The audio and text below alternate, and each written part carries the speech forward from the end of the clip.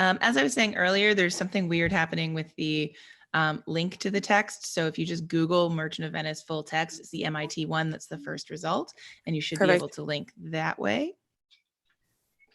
And I believe we are officially live on YouTube.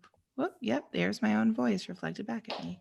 Hi, everybody. We're now on YouTube, and I'm going to share the link. So if you need the link, you can find it on the My Entertainment World Twitter, and it is about to be on our Facebook, on my personal Facebook, and on the My Theater Branch Facebook. So that you should have your bases covered with all of that.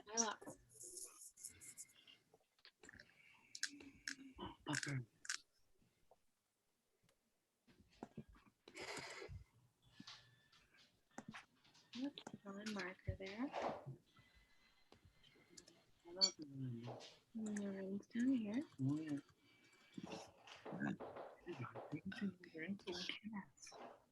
Okay. Look, everybody's here. The whole Oh, hi. Oh, hi. Also, I said, oh, hey, very like enthusiastically, and we were on mute. So. Hi. So then you got nothing. Yeah. Hey. Okay, so we are live on YouTube. Anyone who needs the link, it's on our Twitter and our Facebook.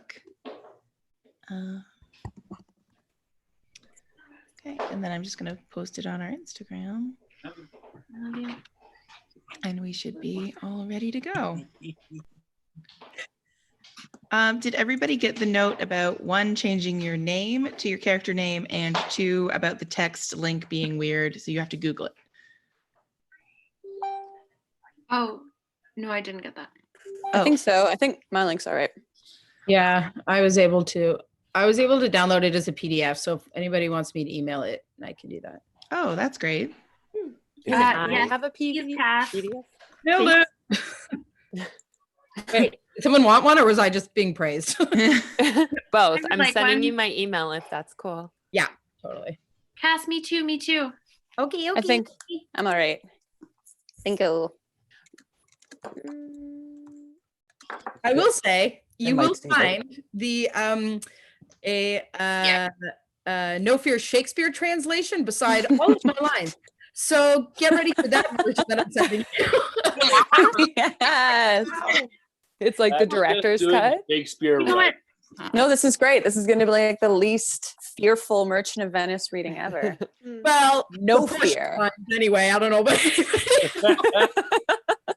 that'll be great. I just have this like dream that like Tom McCamus just like goes on No Fear Shakespeare and just like puts it in all the scripts or something. You know what? And he just speaks in that voice. It's just like gold. gold. Really need a PDF. Love him. I mean, like if you're doing Shakespeare for beginners, for beginning actors, the number one most important thing is that they know what they're saying, right? So I always say, like, find out what you're saying in sort of like modern English, and then say the Shakespeare lines the way you would say whatever those like modern English words would be. I've used it in the classroom, like side by side with kids. It's helpful. Yeah. It's not, you know, we like to laugh at it, but it's not actually a bad thing. No, God, no, it's a goddamn gift to me. Okay, I'm sending it. Just Hillary and Anne, right? We're the only two that I might not even use it. I'm realizing I don't really need a PDF. It's not like I can highlight it all right now anyways.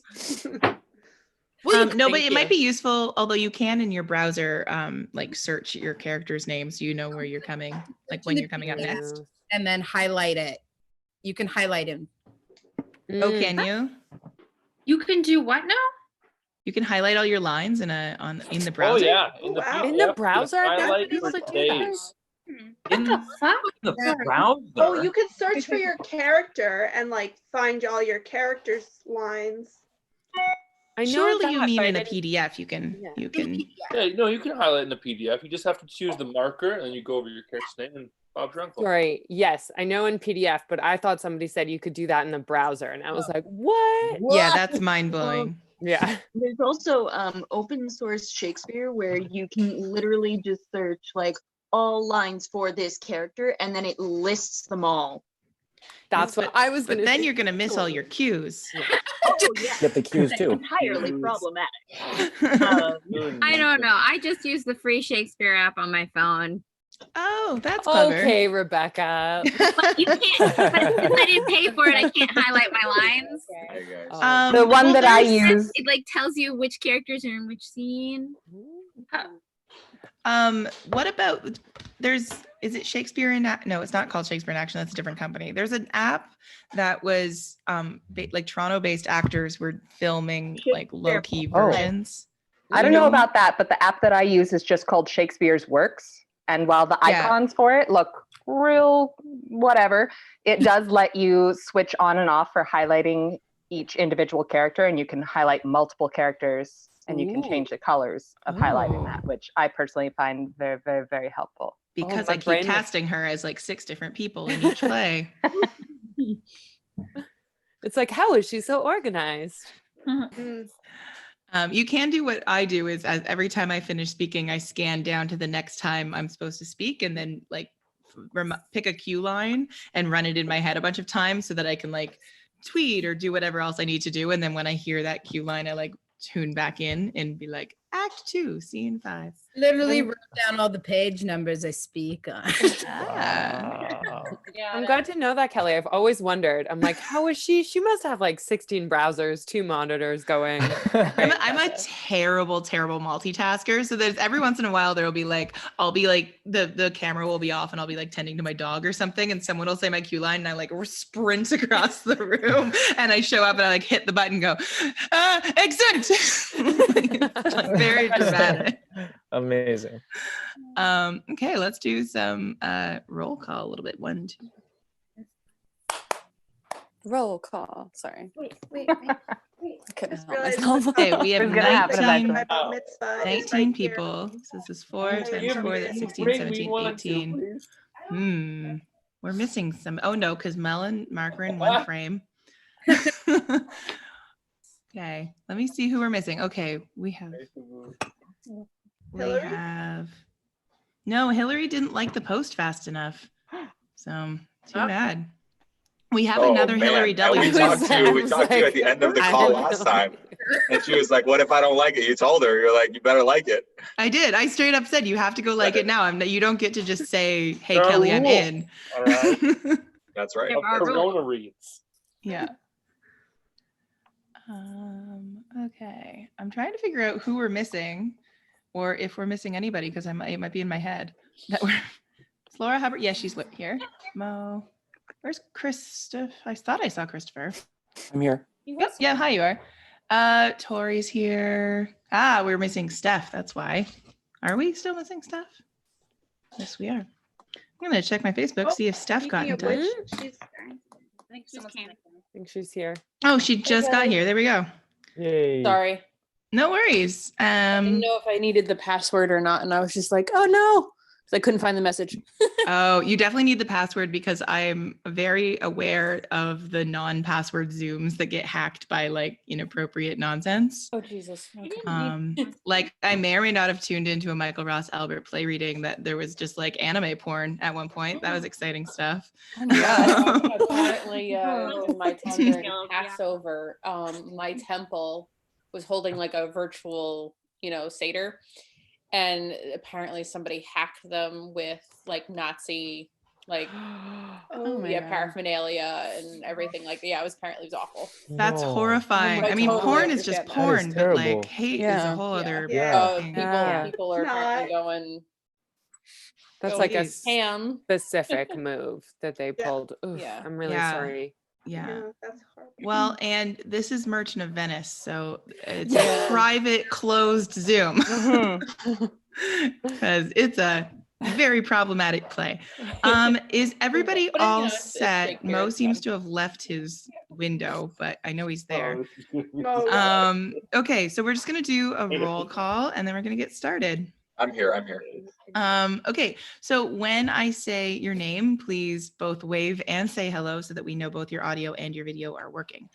And if you're working on a different text, just make sure that we're all on the same page about which characters you're playing. Some of them are a little bit confusing, like Celerino, Solano, and Solario are different people. So just like make sure you're keeping track of who you are. God. So good. Okay, so Shylock is played by Michael Ross Albert. Hello. Just make sure your mic is loud enough or lean in. I'm not sure. Is my mic loud enough? Sure. If I sit back here, can you hear me? Not really. Pooch. It's already Loren's already laughing. Sorry. Mike's fine. So what was interesting was I switched to speaker view and it showed everyone except for you, Michael. It's because, that's another. That's a good note, though. If you're not speaking, have your mic muted so that we're not just like getting Loren giggles when during like. I mute myself. I mute myself. You don't see the giggles or hear them. Like, okay. Okay. But then remember to unmute yourself in time for your lines. It's an art, everybody. You just gotta like, complicated, my God. It's so complicated. You got to stay on it. We're actors, we're not. All right, we do have to get through this cast list or we'll never end up reading this play. So then Portia is Cass Van Wyck.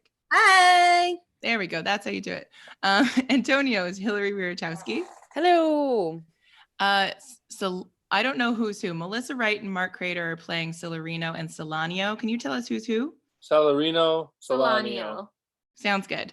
Bassanio is Timothy Ng. Hey. Lorenzo is Laura Ann Harris. Hello.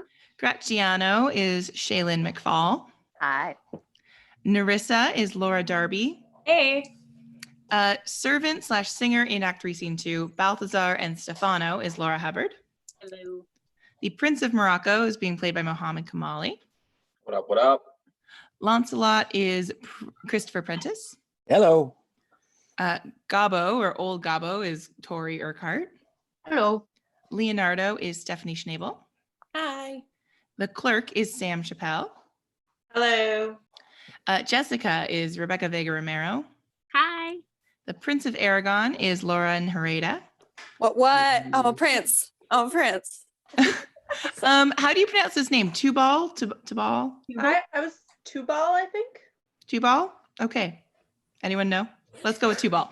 Tubal and Celerio are Miriam Bachman. Hello. And the Duke is Anne Van Leeuwen. Hello. All right, so that's everybody. So let's get to started. The Merchant of Venice by William Shakespeare, Act 1, right. Scene 1, Venice, a street. Enter Antonio, Celerino, and Solanio. In sooth, I know not why I am so sad. It wearies me. You say it wearies you, but how I caught it, found it, or came by it, what stuff 'tis made of, whereof it is born, I am to learn. And such a want-wit sadness makes of me that I have much ado to know myself.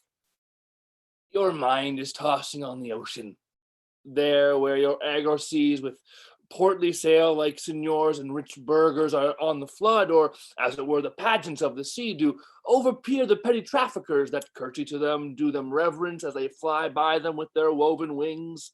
Believe me, sir, had I such venture forth, the better part of my affections would be with my hopes abroad.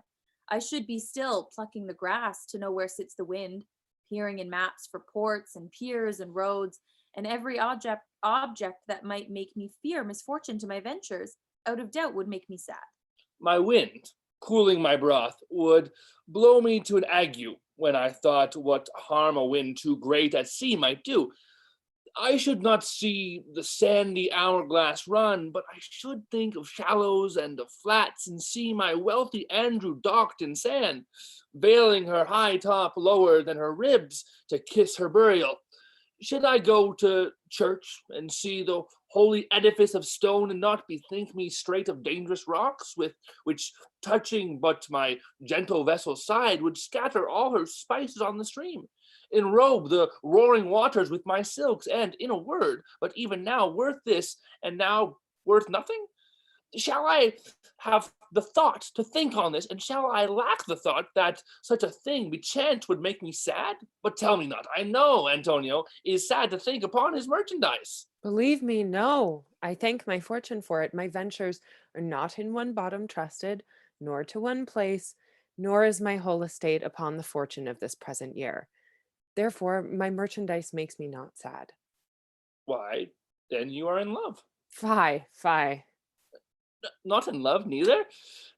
Then let us say you are sad, because you are not merry, and 'twere as easy for you to laugh and leap and say you are merry, because you are not sad.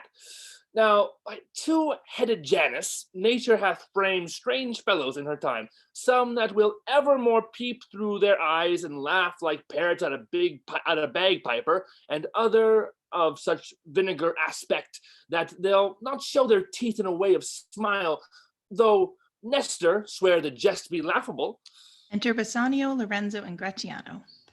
Here comes Bassanio, your most noble kinsman. Gratiano and Lorenzo, fare you well. We leave you now with better company.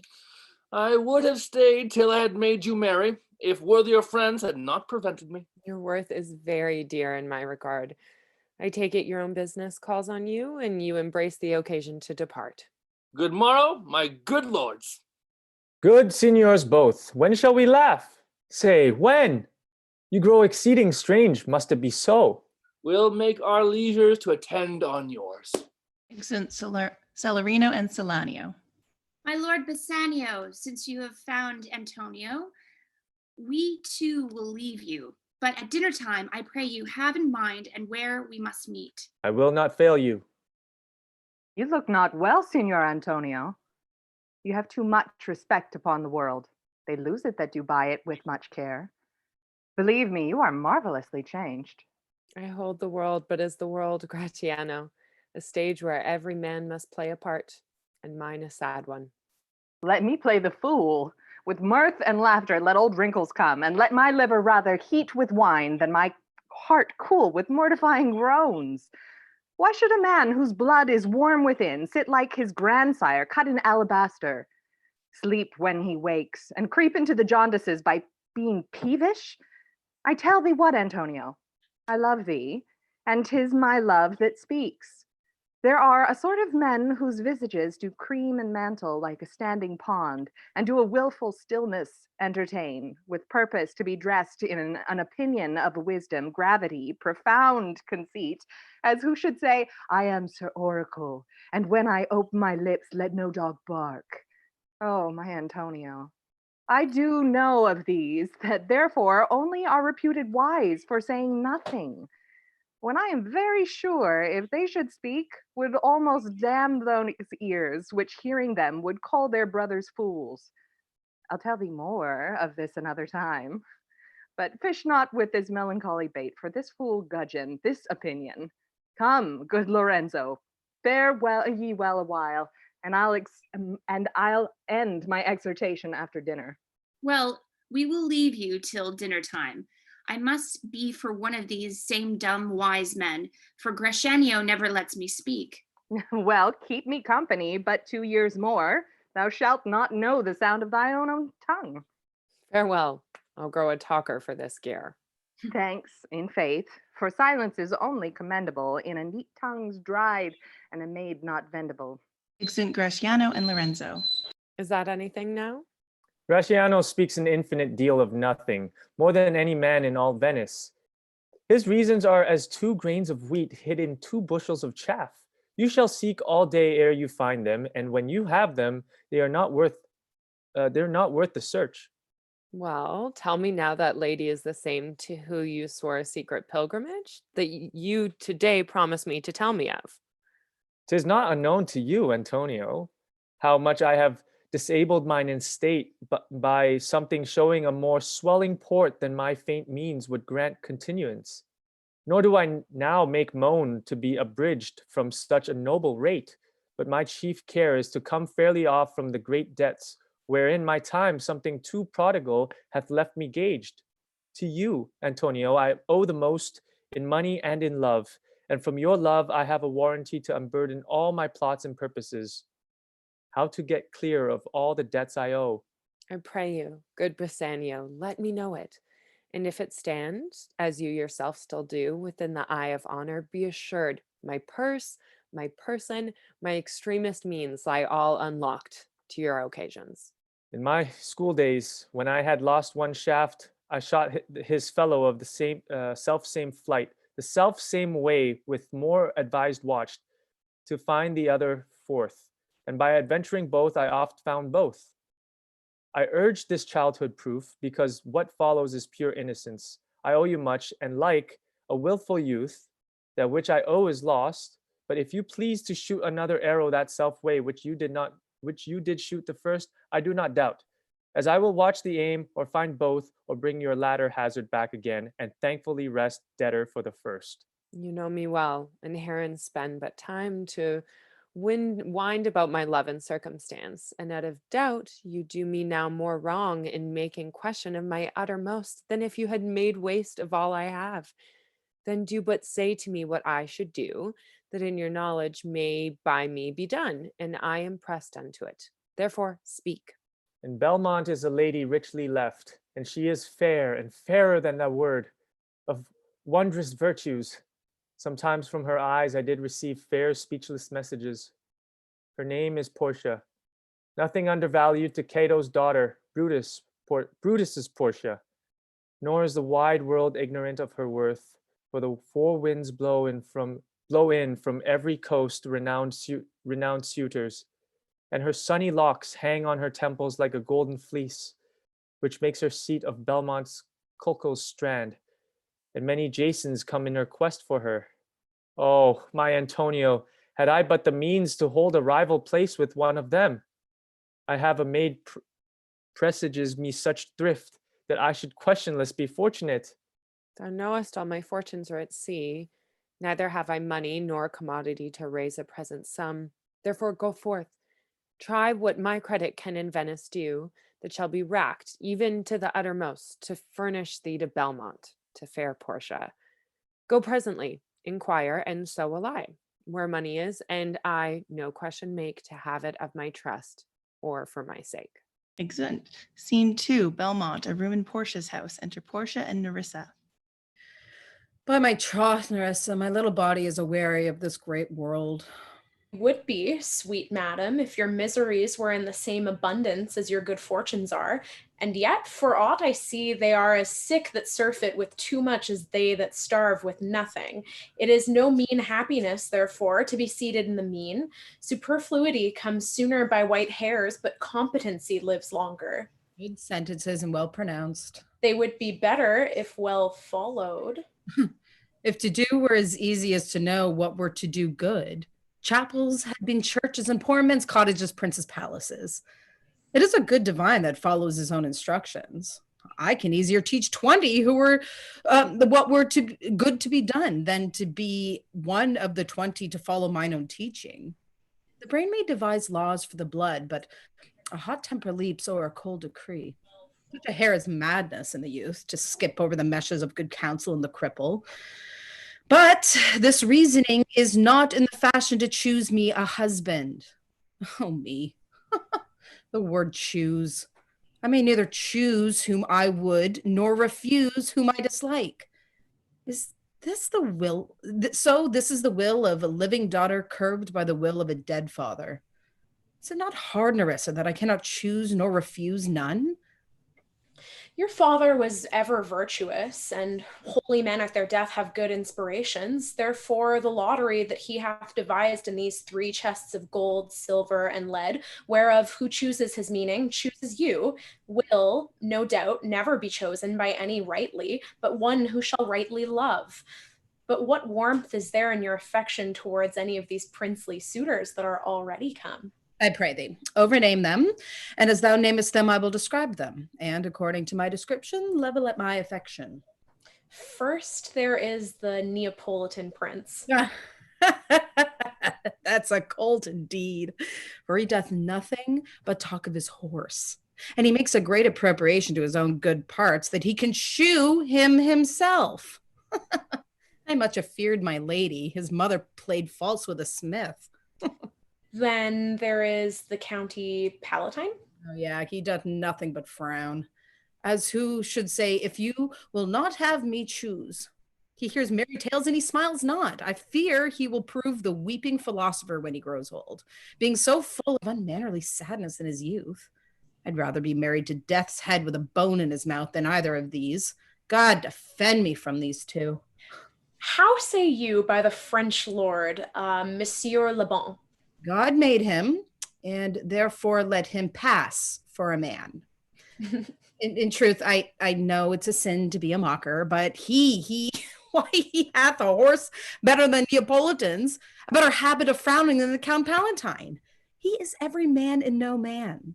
If a throttle sings, he falls straight a capering. He will fence with his own shadow. If I should marry him, I should marry 20 husbands. If he would despise me, I would forgive him. For if he loves me to madness, I shall never acquit him. What say you then to Falconbridge, the young Baron of England? You know, I say nothing to him, for he understands not me, nor I him. He hath neither Latin, French, nor Italian, and you will come to court and swear I have poor Pennyworth in English. He's a proper man's picture, but alas, who can converse with the dumb show? How oddly he is suited. I think he bought his doublet in Italy, his round hose in France, his bonnet in Germany, and his behavior everywhere. What think of you, the Scottish lord, his neighbor? That he hath a neighborly charity in him, for he borrowed a box of the ear of the Englishman and swore he would pay him back once he was able. I think the Frenchman became certainly and sealed under for another. How like you the young German, the Duke of Saxony's nephew? Oh, very vilely in the morning when he is sober, and most vilely in the afternoon when he is drunk. When he is best, he is little worse than a man, and when he is worse, he is little better than a beast. And the worst fall that ever fell, I hope I shall make shift to go without him. If he should offer to choose, and choose the right casket, you should refuse to perform your father's will if you should refuse to accept him. Therefore, for fear the worst, I pray thee set a deep glass of Rhenish wine on the contrary casket, for the devil be within, that temptation without. I know he will choose it. Oh, I will do anything to rest ere I be married to a sponge. You need not fear, lady. The having any of these lords, they have acquainted me with their determinations, which is indeed to return to their home and trouble you with no more suit, unless you may be won by some other sort than your father's imposition, depending on the caskets. If I live to be as old as Sibylla, I will die as chaste as Diana, unless I am obtained by the manner of my father's will. I am glad of his parcels of wooers are so reasonable, for there is not one among them, but I dote on his very absence, and I pray God grant them a fair departure. Do you not remember, lady, in your father's time of Venetian, a scholar and a soldier that came hither in the company of the Marquis of Montferrat? Yes, it was Bassanio, as I think he was so called. True, madam. He, of all the men that ever my foolish eyes looked upon, was the most deserving of a fair lady. I remember him well, and I remember him worthy of thy praise. Enter a servant. How now? What news? The 4 strangers seek for you, madam, to take their leave. And there is a forerunner come from a 5th, the Prince of Morocco, who brings word the prince, his master, will be here tonight. If I could bid the 5th welcome with so good a heart as I bid the other 4 farewell, I should be glad of his approach. If he have the condition of a saint and the complexion of a devil, I had rather he should shrive me than wive me. Come, Nerissa, Sirrah, go before. While we shut the gates upon the wooer, another knocks at the door. Excellent. Scene 3, Venice, a public place. Enter Bassanio and Shylock. 3,000 ducats. Well. Aye, sir, for 3 months. For 3 months. Well. For the which, as I told you, Antonio shall be bound. Antonio shall become bound. Well. May you stead me? Will you pleasure me? Shall I know your answer? 3,000 ducats for 3 months and Antonio bound. Your answer to that?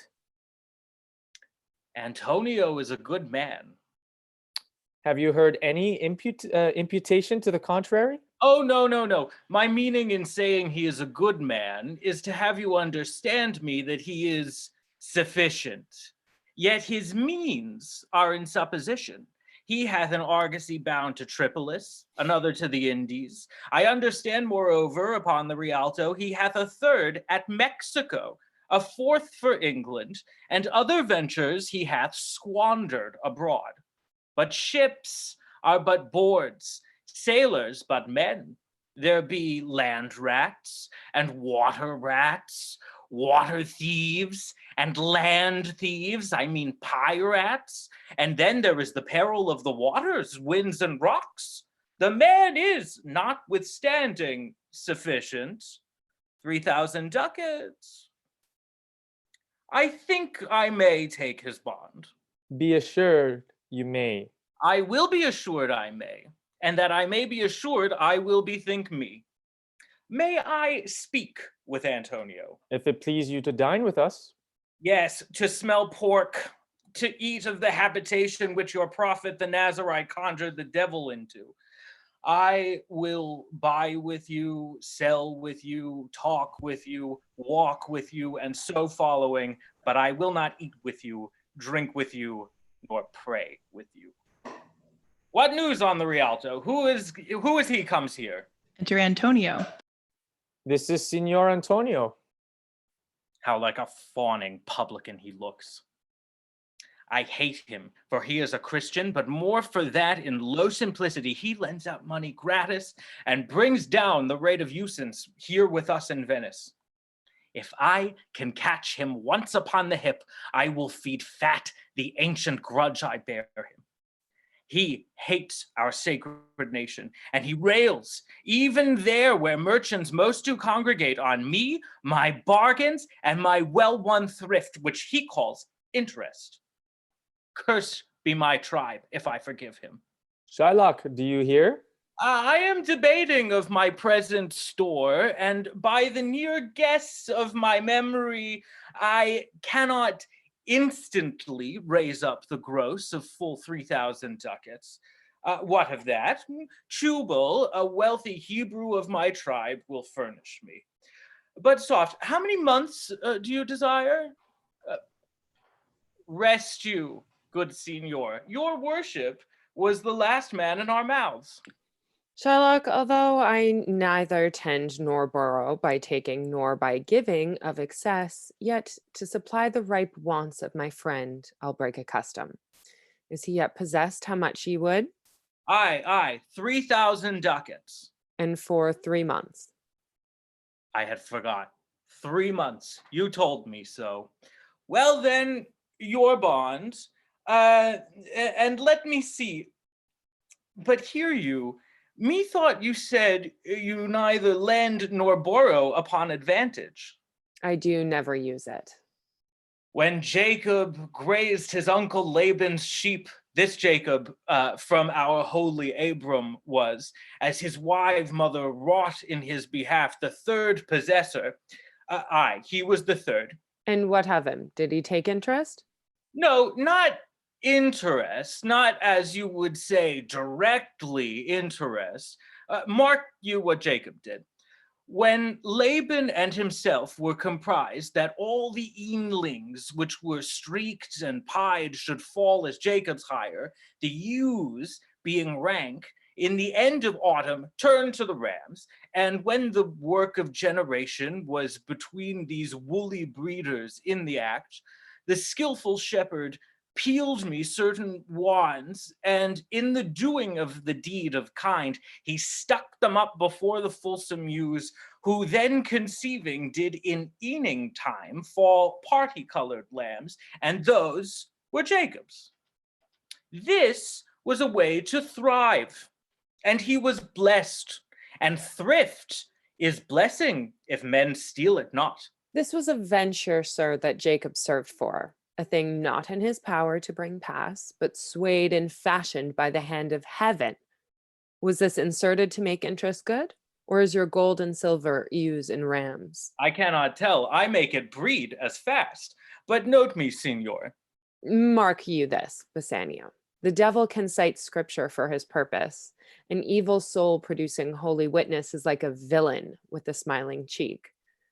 A goodly apple rotten at the heart. Oh, what a goodly outside falsehood hath. 3,000 ducats. 'Tis a good round sum. 3 months from 12, then let me see the rate. Well, Shylock, shall we be beholding to you? Signor Antonio, many a time and oft in the Rialto, you have rated me about my monies and my usances. Still have I borne it with a patient shrug, for sufferance is the badge of all our tribe. You call me misbeliever, cutthroat dog, and spit upon my Jewish gabardine, and all for use of that which is mine own. Well then, it now appears you need my help. Go to then. You come to me and you say, Shylock, we would have monies. You say so. You that did void your room upon my beard and foot me as you spurn a stranger cur over your threshold. Money is your suit. What should I say to you? Should I not say, hath a dog money? Is it possible a cur can lend 3,000 ducats? Or shall I bend low and in a bondman's key with bated breath and whispering humbleness say this, fair sir, you spit on me on Wednesday last, you spurned me such another day, another time you called me dog, and for these courtesies, I'll lend you thus much money. I am as like to call thee so again, to spit on thee again, to spurn thee too. If thou wilt lend this money, lend it not as to thy friends. For when did friendship take a breed for barren metal of his friend? But lend it rather to thine enemy, who, if he break, thou mayest with better face exact the penalty. Why, look how you storm. I would be friends with you and have your love. Forget the shames that you have stained me with. Supply your present wants and take no doit of usance for my monies, and you'll not hear me. This is kind I offer. This were kindness. This kindness will I show. Go with me to a notary. Seal me there your single bond, and in a merry sport, if you repay me not on such a day, in such a place, such sum or sums as are expressed in the condition, let the forfeit be nominated for an equal pound of your fair flesh, to be cut off and taken in what part of your body pleaseth me. Content, i' faith, I'll seal to such a bond and say there is much kindness in the Jew. You shall not seal to such a bond for me. I'll rather dwell in my necessity. Why, fear not, man. I will not forfeit it. Within these 2 months, that's a month before this bond expires, I do expect return of thrice 3 times the value of his bond. Oh, Father Abram, what these Christians are, whose own hard dealings teaches them suspect the thoughts of others. Pray you, tell me this, if he should break his day, what should I gain by the exaction of the forfeiture? A pound of man's flesh, taken from a man, is not so estimable, profitable neither, as flesh of muttons, beefs, or goats. I say, to buy his favor, I extend this friendship. If he will take it, so. If not, adieu, and for my love, I pray you, wrong me not. Yes, Shylock, I will seal into this bond. Then meet me forthwith at the notary's. Give him direction for this merry bond, and I will go and purse the ducats straight. See to my house, left in the fearful guard of an unthrifty knave, and presently I will be with you. Hie thee, gentle Jew. Exit Shylock. The Hebrew will turn Christian. He grows kind. I like not fair terms in a villain's mind. Come on. In this there can be no dismay. My ships come home a month before the day. Exeunt. Act 2, Scene 1, Belmont, a room in Portia's house. Flourish of coronets enter the Prince of Morocco and his train, Portia, Nerissa, and others attending. Mislike me not for my complexion, the shadowed livery of the burnished sun, to whom I am neighbor and near bred. Bring me the fairest creature northward bound, where Phoebus's fire scarce thaws the icicles, and let us make incision for your love, to prove whose blood is reddest, his or mine. I tell thee, lady, this aspect of mine hath feared the valiant. By my love, I swear the best regarded virgins of our clime have loved it too. I would not change this hue, except to steal your thoughts, my gentle queen. Well, in terms of choice, I am not solely led by nice directions of a maiden's eyes. Besides, the lottery of my destiny bars me the right of voluntary choosing. But if my father had not scanted me and hedged me by his wit, to yield myself, his wife who wins me by the means I told you, yourself, renowned prince, then stood as fair as any comer I have looked on yet for my affection. Even for that I thank you. Therefore, I pray you, lead me to the caskets to try my fortune. By this scimitar that slew the Sophie and the Persian prince that won 3 fields of Sultan Suleiman, I would outstare the sternest eyes that look, outbrave the heart most daring on the earth, pluck the young sucking cubs from the she-bear, yea, mock the lion when he roars for prey to win thee, lady. But alas, the while, if Hercules and Lychas play at dice, which is the better man? The greater throw may turn by fortune from the weaker hand. So is Alcides beaten by his page, and so may I, blind fortune leading me, miss that which one unworthier may attain, and die with grieving. You must take your chance and either not attempt to choose at all or swear before you choose, if you choose wrong, never to speak to a lady afterward in way of marriage. Therefore, be advised. Nor will not. Come, bring me on to my chance. First, forward to the temple. After dinner, your hazard shall be made. Good fortune then, to make me blessed or cursed among men. Cornets and exit. Scene 2, Venice, a street. Enter Launcelot. Certainly my conscience will serve me to run from this Jew, my master. The fiend is at mine elbow and tempts me, saying to me, Gobbo, Launcelot, Gobbo, good Launcelot, or good Gobbo, or good Launcelot, Gobbo, use your legs, take the start, run away. My conscience says, no, take heed, honest Launcelot. Take heed, honest Gobbo, or, as aforesaid, honest Launcelot, Gobbo. Do not run. Scorn running with thy heels. Well, the most courageous fiend bids me pack. Via, says the fiend. Away, says the fiend. For the heavens, rouse up a brave mind, says the fiend, and run.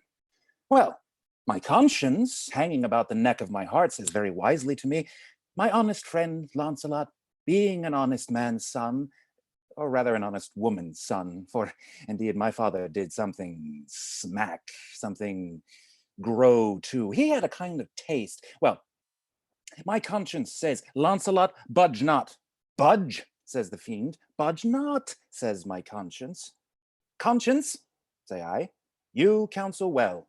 Fiend, say I, you counsel well. To be ruled by my conscience, I should stay with the Jew, my master, who, God bless the mark, is a kind of devil. And to run away from the Jew, I should be ruled by the fiend, who, saving your reverence, is the devil himself. Certainly the Jew is a very devil incarnal, and in my conscience is but a kind of hard conscience to offer to counsel me to stay with the Jew. The fiend gives the more friendly counsel. I will run, fiend. My heels are at your command. I will run. Enter old Gobbo with a basket. Master, young man, I pray you, which is the way to Master Jude? Oh, heavens, this is my true begotten father, who, being more than sand blind, high gravel blind, knows me not. I will try confusions with him. Master gentleman, I pray you, which is the way to Master Jude's? Turn up on your right hand at the next turning, but at the next turning of all, on your left hand. Mary, at the very next turning, turn of no hand, but turn down indirectly to the Jew's house. My God, Stunty, 'twill be a hard way to hit. Can you tell me whether one Lancelot that dwells with him, or no? Talk you of young Master Lancelot?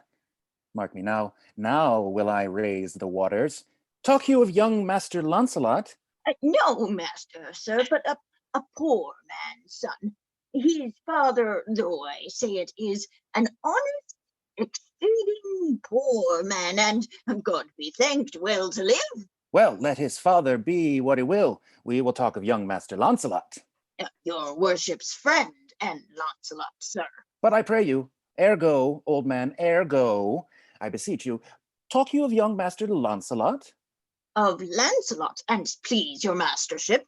Ergo, Master Launcelot, talk not of Master Launcelot, father, for the young gentleman according to fates and destinies, and such odd sayings, the sisters three, and such branches of learning, is indeed deceased. Or, as you would say in plain terms, gone to heaven. Very God forbid. The boy was the very staff of my age, the very prop. Do I look like a cudgel or a hovel post, a staff or a prop? Do you know me, father? Lack the day I know you not, young gentleman. But I pray you, tell me, is my boy, God rest his soul, alive or dead? Do you not know me, father?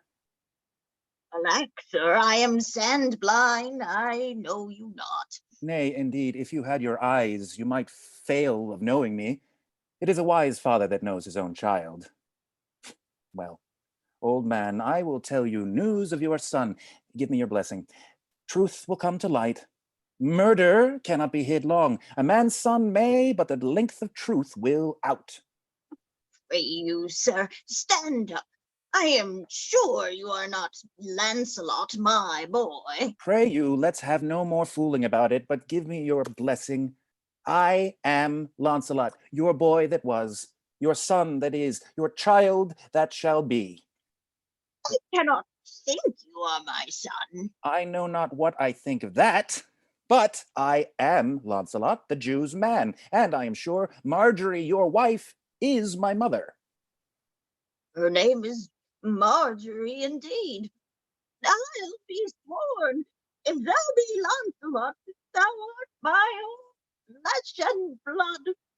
Lord worship mighty be. What a beard hast thou got? Thou hast got more hair on thy chin than Dobbin, my fiddle horse, hath on his tail. If it should seem, then, that Dobbin's tail grows backward, I am sure he had more hair of his tail than I have on my face when I had last saw him. Lord, how art thou changed? How dost thou and thy master agree? I have brought him a present. How agree you now? Well, but for mine own part, as I have set up my rest to run away, so I will not rest till I have run some ground. My master's a very Jew. Give him a present. Give him a halter. I am famished in his service. You may tell every finger I have with my ribs. Father, I am glad you are come. Give me your present to one Master Bassanio, who indeed gives rare new liveries. If I serve not him, I will run as far as God has any ground. Oh, rare fortune! Here comes the man. To him, Father, for I am a Jew if I serve the Jew any longer. Enter Bassanio with Leonardo and other followers.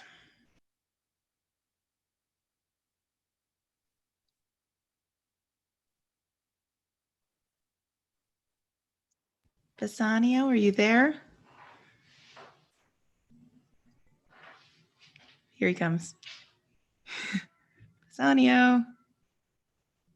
His camera just turned on, but he seems to be frozen. Hi. Oh, unmute. Okay. Am I good? Yes. Can y'all hear me? Okay. You may do so, but let it be so hasted that supper be ready at the farthest by 5 of the clock. See these letters delivered. Put the liveries to making and desire Gratiano to come anon to my lodging. Exit a servant. To him, Father. God bless your worship. Gramercy, wouldst thou aught with me? Here's my son, sir, a poor boy. Not a poor boy, sir, but the rich Jew's man. That would, sir, as my father shall specify. And he hath a great infection sir, as one would say, to serve. Indeed, the short and the long is, I serve the Jew and have a desire, as my father shall specify. His master and he, saving your worship's reverence, and are scarce cater cousins. To be brief, the very truth is that the Jew, having done me wrong, doth cause me, as my father, being, I hope, an old man, shall fruitify unto you. And I have here a dish of doves that I would bestow upon your worship, and my suit. In very brief, the suit is impertinent to myself, as your worship shall know by this honest old man. And though I say it, though old man, yet poor man, my father. One speak for both. What would you? Serve you, sir. That is the very defect of the matter, sir. I know thee well. Thou hast obtained thy suit. Shylock, thy master, spoke with me this day, and hath preferred thee, if it be preferment, to leave a rich Jew's service to become the follower of so poor a gentleman. The old proverb is very well parted between Master Shylock and you, sir. You have the grace of God, sir, and he hath enough. Thou speak'st it well. Go, father, with thy son. Take leave of thy old master and inquire my lodging out. Give him a livery more guarded than his fellows. See it done. Father, in. I cannot get a service. No, I have ne'er a tongue in my head. Well, if any man in Italy have a fairer table which doth offer to swear upon a book, I shall have good fortune. Go to. Here's a simple line of life. Here's a small trifle of wives. Alas, 15 wives is nothing. 11 widows and 9 maids is simple coming in for one man. And then to scape drowning thrice and to be in peril of my life with the edge of a feather bed, here are my scapes. Well, if fortune be a woman, she's a good wench for this gear. Father, come, for I'll take my leave of the Jew in the twinkling of an eye. Exit Launcelot and old Gobbo. I pray thee, good Leonardo, think on this. These things are being bought and orderly bestowed. Return in haste, for I do feast tonight, my best esteemed acquaintance. Hie thee, go. My best endeavors shall be done herein. Enter Graziano. Where is your master? Yonder, sir. He walks. Exit. Signor Bassiano. Gratiano. I have suit with you. You have obtained it. You must not deny me. I must go with you to Belmont. Why, then you must. But hear thee, Gratiano, thou art too wild, too rude and bold of voice, parts that become thee happily enough, and in such eyes as ours appear not faults. But where thou art not known, why, there they show something too liberal. Pray thee, take pain to allay with some cold drops of modesty thy skipping spirit, lest through thy wild behavior I be misconstrued in the place I go to, and lose my hopes. Signor Bassiano, hear me. If I do not put on a sober habit, talk with respect, and swear, but now and then, wear prayer books in my pocket, look demurely, nay more, while grace is saying, hood mine eyes thus with a hat, and sigh, and say amen. Use all the observances of civility, like one well studied in a sad ostent, to please his gradam. Never trust me more. Well, we shall see your bearing.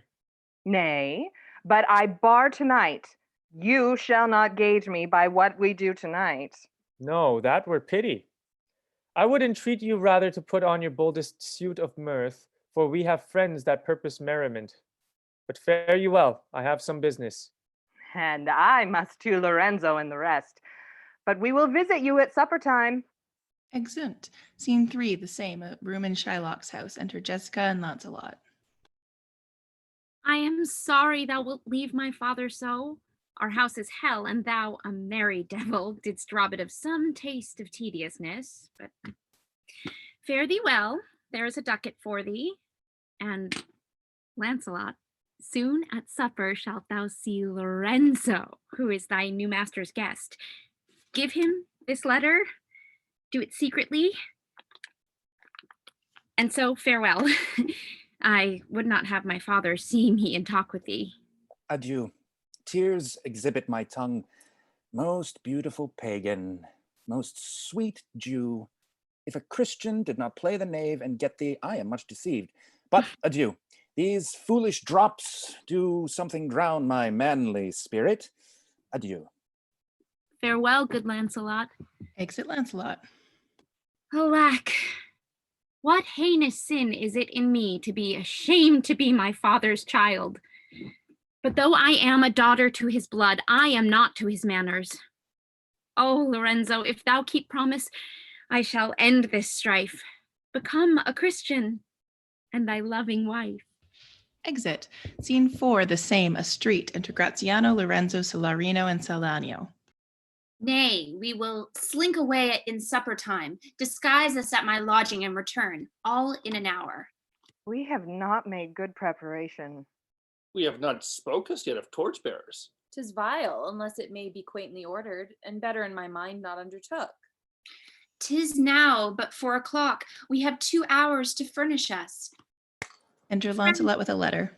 Friend Lancelot, what's the news? And if it please you to break up this, it shall seem to signify. I know the hand, in faith, 'tis a fair hand, and whiter than the paper it writ on. Is the fair hand then writ?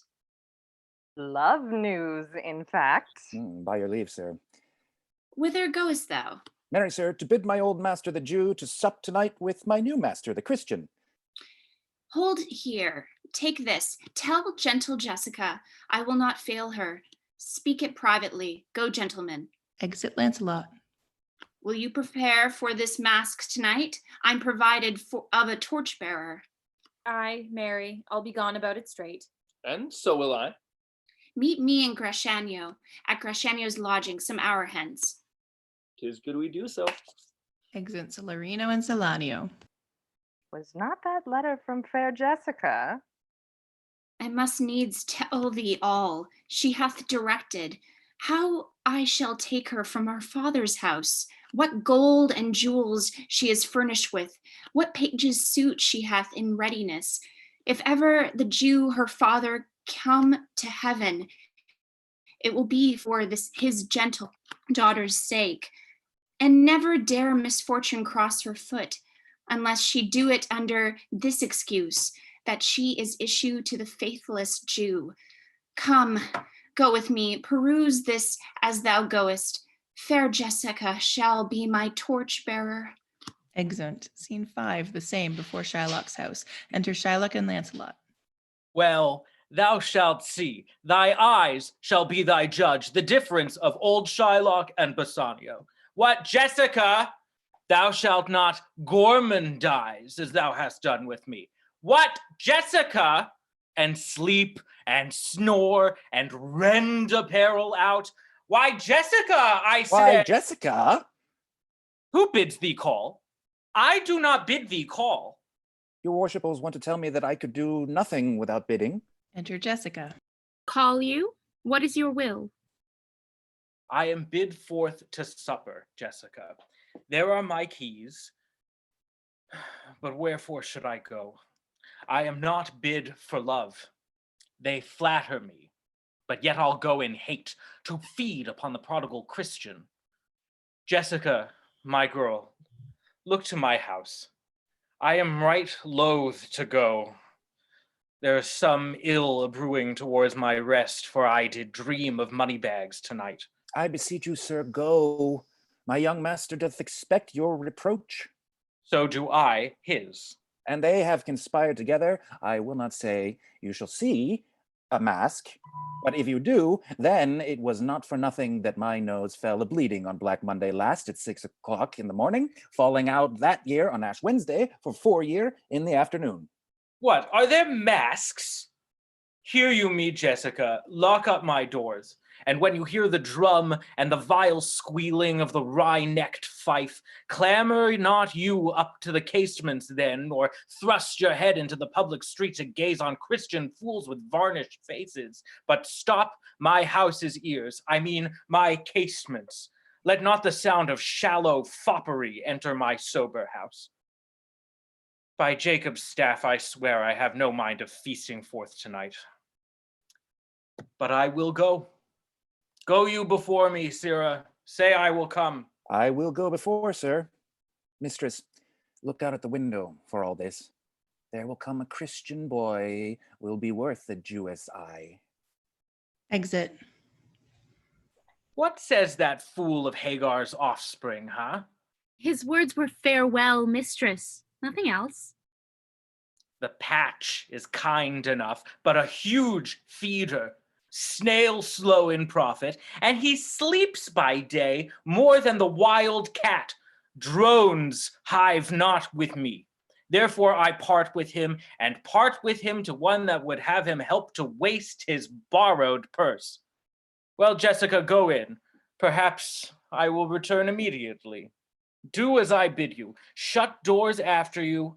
Fast bind, fast find. A proverb never stale in thrifty mind. Exit. Farewell. And if my fortune be not crossed, I have a father, you a daughter lost. Exit. Scene 6, the same. Enter Gratiano and Celerino masked. This is the penthouse under which Lorenzo desired to make us stand. His hour is almost past.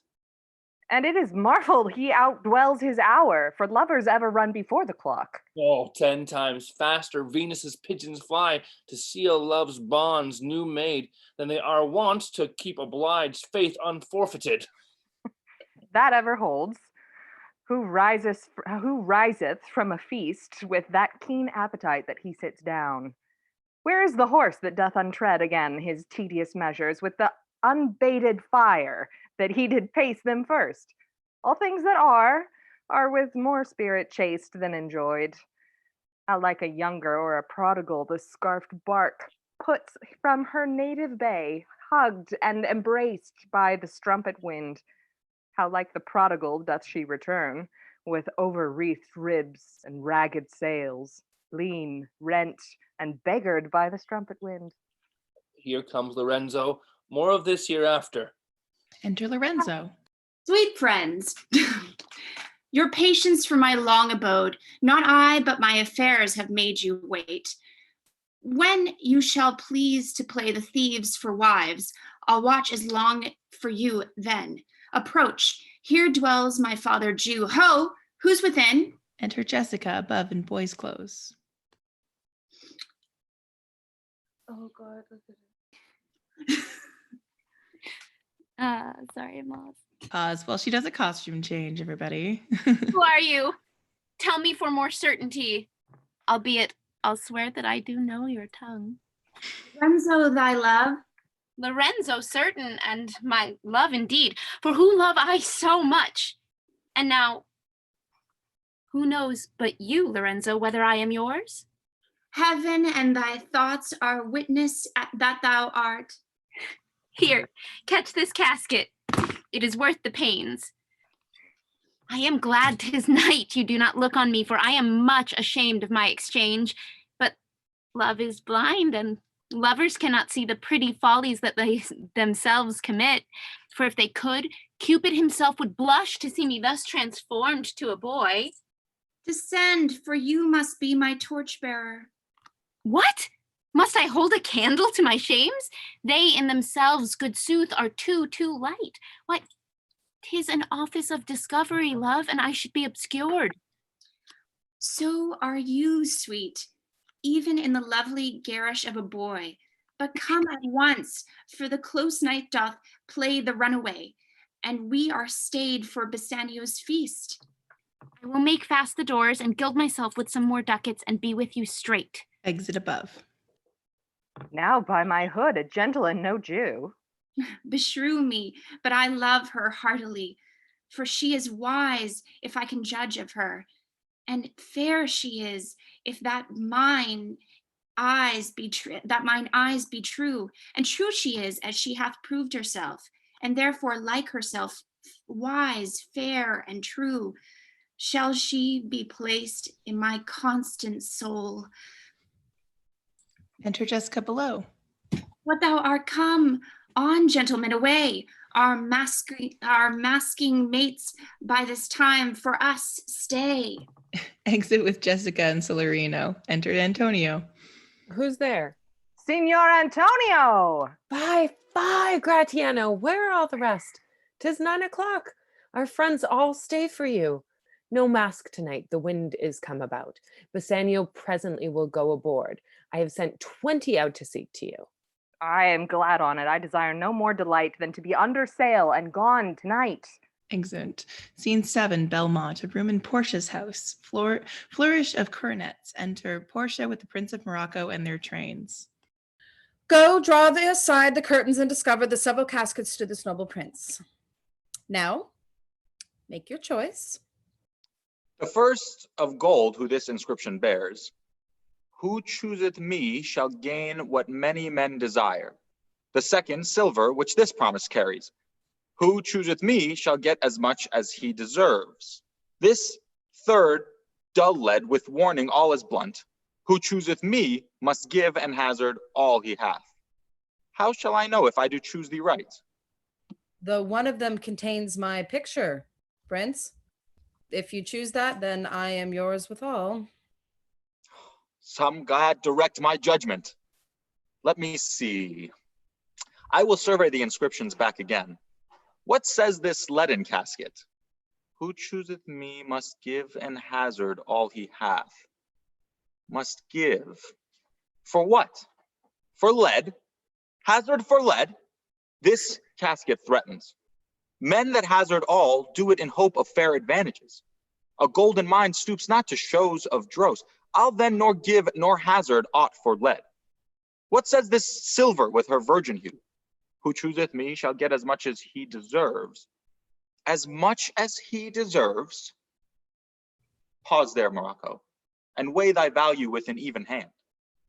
If thou beest rated by thy estimation, thou dost deserve enough. And yet enough may not extend so far as to the lady. And yet to be afeard of my deserving were but a weak disabling of myself. As much as I deserve, why, that's the lady. I do in birth deserve her, and in fortunes, in graces, and in qualities of breeding. But more than these, in love, I do deserve. What if I strayed no further, but chose here? Let's see once more this saying graved in gold. Who chooseth me shall gain what many men desire. Why, that's the lady. All the world desires her. From the four corners of the earth, they come to kiss this shrine, this mortal breathing saint. The Hyrcanian deserts and the vastly wilds of wide Arabia are as thoroughfares now for princes to come view fair Portia. The watery kingdom, whose ambitious head spits in the face of heaven, is no bar to stop the foreign spirits, but they come, as o'er a brook, to see fair Portia. One of these three contains her heavenly picture. Is it like that lead contains her? 'Twere damnation to think so base a thought. It were too gross to rib her care cloth in the obscure grave. Or shall I think in silver she's immured, being 10 times undervalued to tried gold? Oh, sinful thought. Never so rich a gem was set in worse than gold. They have in England a coin that bears the figure of an angel, stamped in gold, but that's insculped upon. And here an angel in a golden bed lies all within. Deliver me the key. Here do I choose and thrive, I as I may. There, take it, Prince. And if my I am yours. Oh, hell. What have we here? A carrion death, within whose empty eye there is a written scroll. I'll read the writing. All that glitters is not gold. Often have you heard that told. Many a man his life hath sold, but my outside to behold, gilded tombs do worms enfold. Had you been as wise as bold, young in limbs, in judgment old, your answer hath not been in scroll. Fare you well, your suit is cold, cold indeed, and labor lost. Then farewell heat, and welcome frost. Portia, adieu. I have too grieved a heart to take a tedious leave. Thus losers part. Exit with his train, flourish of cornets. Oh, gentle riddance. Draw the curtains, go. Let all of his complexion choose me so. Exeunt. Scene 8, Venice, a street. Enter Silario and Silanio. Why, man, I saw Bassanio under sail, with him and his Gratiano gone along, and in their ship I am sure Lorenzo is not. The villain Jew with outcries raised the Duke, who went with him to search Bassanio's ship. He came too late. The ship was under sail. But there the Duke was given to understand that in a gondola were seen together Lorenzo and his amoris, Jessica. Besides, Antonio certified the Duke they were not with Bassanio in his ship. I never heard a passion so confused, so strange, outrageous, and so variable, as the dog Jew did utter in the streets. My daughter, oh my ducats, oh my daughter, fled with a Christian, oh my Christian ducats, justice, the law, my ducats and my daughter, a sealed bag, 2 sealed bags of ducats, of double ducats stolen from me by my daughter, and jewels, 2 stones, 2 rich and precious stones stolen by my daughter. Justice, find the girl, she hath the stones upon her and the ducats. Why, all the boys in Venice follow him, crying his stones, his daughter, and his ducats. Let good Antonio look he keep his day, or he shall pay for this. Very well remembered. I reasoned with a Frenchman yesterday, who told me in the narrow seas that part, the French and English, there miscarried a vessel of our country richly fraught. I thought upon Antonio when he told me, and wished in silence that it were not his. You were best to tell Antonio what you hear, yet do not suddenly, for it may grieve him. A kinder gentleman treads not the earth. I saw Bassanio and Antonio part. Bassanio told him he would make some speed of his return. He answered, do not so, slubber not business for my sake, Bassanio, but stay the very ripening of the time, and for the Jew's bond which he hath of me, let it not enter in your mind of love. Be merry, and employ your chiefest thoughts to courtship, and such fair ostets of love as shall conveniently become you there. And even there, his eye, being big with tears, turning his face, he put his hand behind him, and with affection wondrous sensible, he wrung Bassanio's hands, and so they parted. I think he only loves the world for him. I pray thee, let us go and find him out, and quicken his embraced heaviness with some delight or other. Do we so? Exeunt. Scene 9, Belmont, a room in Portia's house. Enter Nerissa with a servitor. Quick, I pray thee, draw the curtains straight. The Prince of Aragon hath taken his oath, and comes to his election presently. Flourish of cornets. Enter Prince of Aragon, Portia, and their trains. Behold, there stand the caskets, noble prince. If you choose that where am I contained, straight shall our nuptials right be solemnized. But if you fail, without more speech, my lord, you must be gone from hence immediately. I am enjoined by oath to observe 3 things. First, never to unfold to anyone which casket 'twas I chose. Next, if I fail of the right casket, never in my life to woo a maid in way of marriage. Lastly, if I do fail in fortune of my choice, immediately to leave you and be gone. To these injunctions, everyone doth swear that comes to hazard for my worthless self. And so have I addressed me. Fortune now to my heart's hope, gold, silver, and base lead. Who chooses me must give and hazard all he hath. You shall look fairer ere I give or hazard. What says the golden chest? Huh? Let me see. Who chooseth me who chooseth me shall gain what many men desire. What many men desire, that many may be meant by the fool multitude that choose by slow, not learning more than the fond eye doth teach, which prize not to the interior, but, like the martlet, builds in the weather on the outward wall. Even in the force and road of casualty, I will not choose what many men desire, because I will not jump with common spirits and rank me with the barbarous multitudes. Why, then to thee, the silver treasure house. Tell me once more what title thou dost bear. Who chooseth me shall get as much as he deserves. And well said too. For who should go about to cozen fortune and be honorable without the stamp of merit? Let none presume to wear an undeserved dignity. That estates, degrees, and offices were not derived corruptly, and that clear honor were purchased by the merit of the wearer. How many then should cover that stand bare? How many be commanded that command? How much low peasantry would then be gleaned from the true seed of honor? And how much honor, picked from the chaff and ruin of the times, to be new varnished? Well, but to my choice. Who chooseth me shall get as much as he deserves. I will assume desert. Give me a key for this, and instantly unlock my fortunes here. He opens the silver casket. Too long a pause for that which you find there. What's here?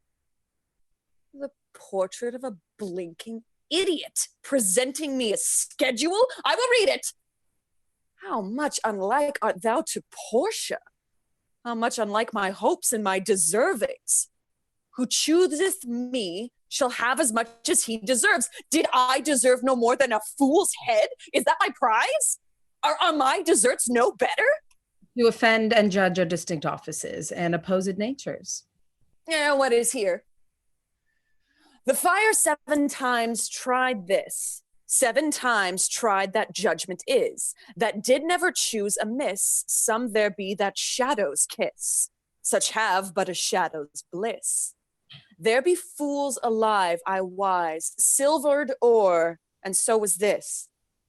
Take what wife you will to bed, I will ever be your head, so be gone, you are sped. Still more fool I shall appear by the time I linger here. With one fool's head I came to woo, but go away with 2. Sweet adieu, I'll keep my oath, patiently to bear my wroth. Exeunt Argon and train. Thus hath the candle singed the moth. Oh, these deliberate fools. When they do choose, they have the wisdom by their wit to lose. The ancient saying is no heresy. Hanging and wives go by destiny. Come, draw the curtains, Nerissa. Enter a servant. Where is my lady? Here. What would my lord? Madam, there is alighted at your gate a young Venetian, one that comes before to signify the approaching of his lord, from whom he bringeth sensible regrets, to wit besides commends and courteous breath, gifts of rich value.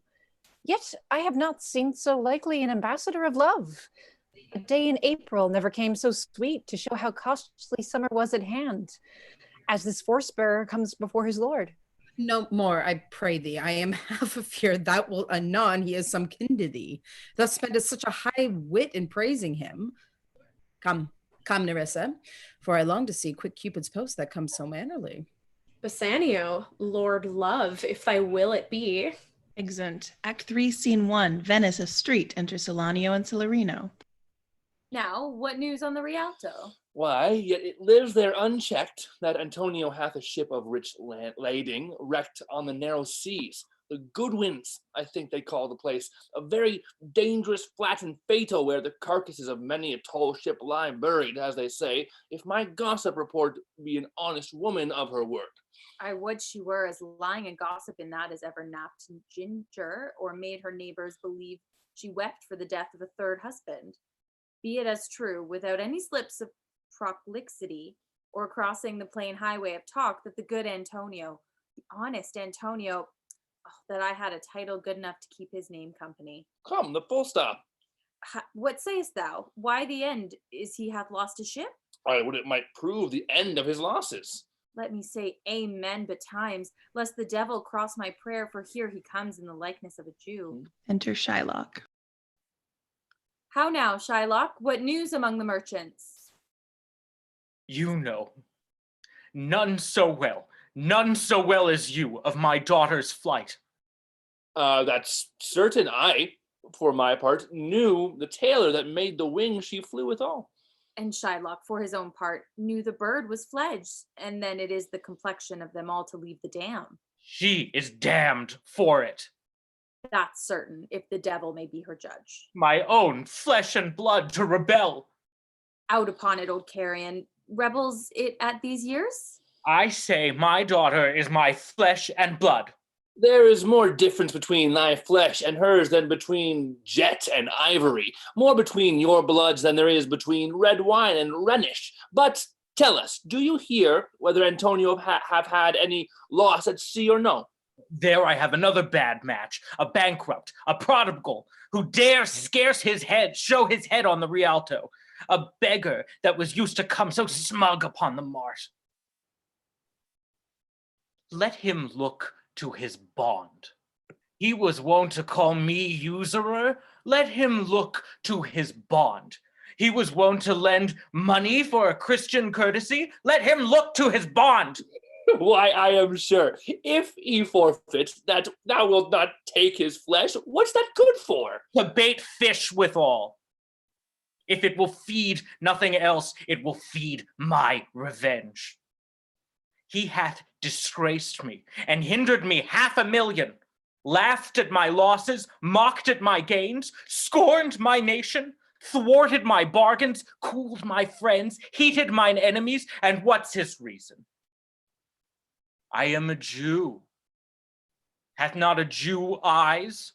Hath not a Jew hands, organs, dimensions, senses, affections, passions? Fed with the same food, hurt with the same weapons, subject to the same diseases, healed by the same means, warmed and cooled by the same winter and summer as a Christian is? If you prick us, do we not bleed? If you tickle us, do we not laugh? If you poison us, do we not die? And if you wrong us, shall we not revenge? If we are like you in the rest, we will resemble you in that. If a Jew wrong a Christian, what is his humility? Revenge. If a Christian wrong a Jew, what should his sufferance be by Christian example? Why, revenge. The villainy you teach me, I will execute, and it shall go hard. But I will better the instruction. Gentlemen, my master Antonio is at his house and desires to speak with you both. Ye have been up and down to seek him. Enter Tubal. Here comes another of the tribe. A third cannot be matched unless the devil himself turn Jew. Exeunt Solanio, Celerino, and servant. How now, Tubal? What news from Genoa? Hast thou found my daughter? I often came where I did hear of her, but cannot find her. Why, there.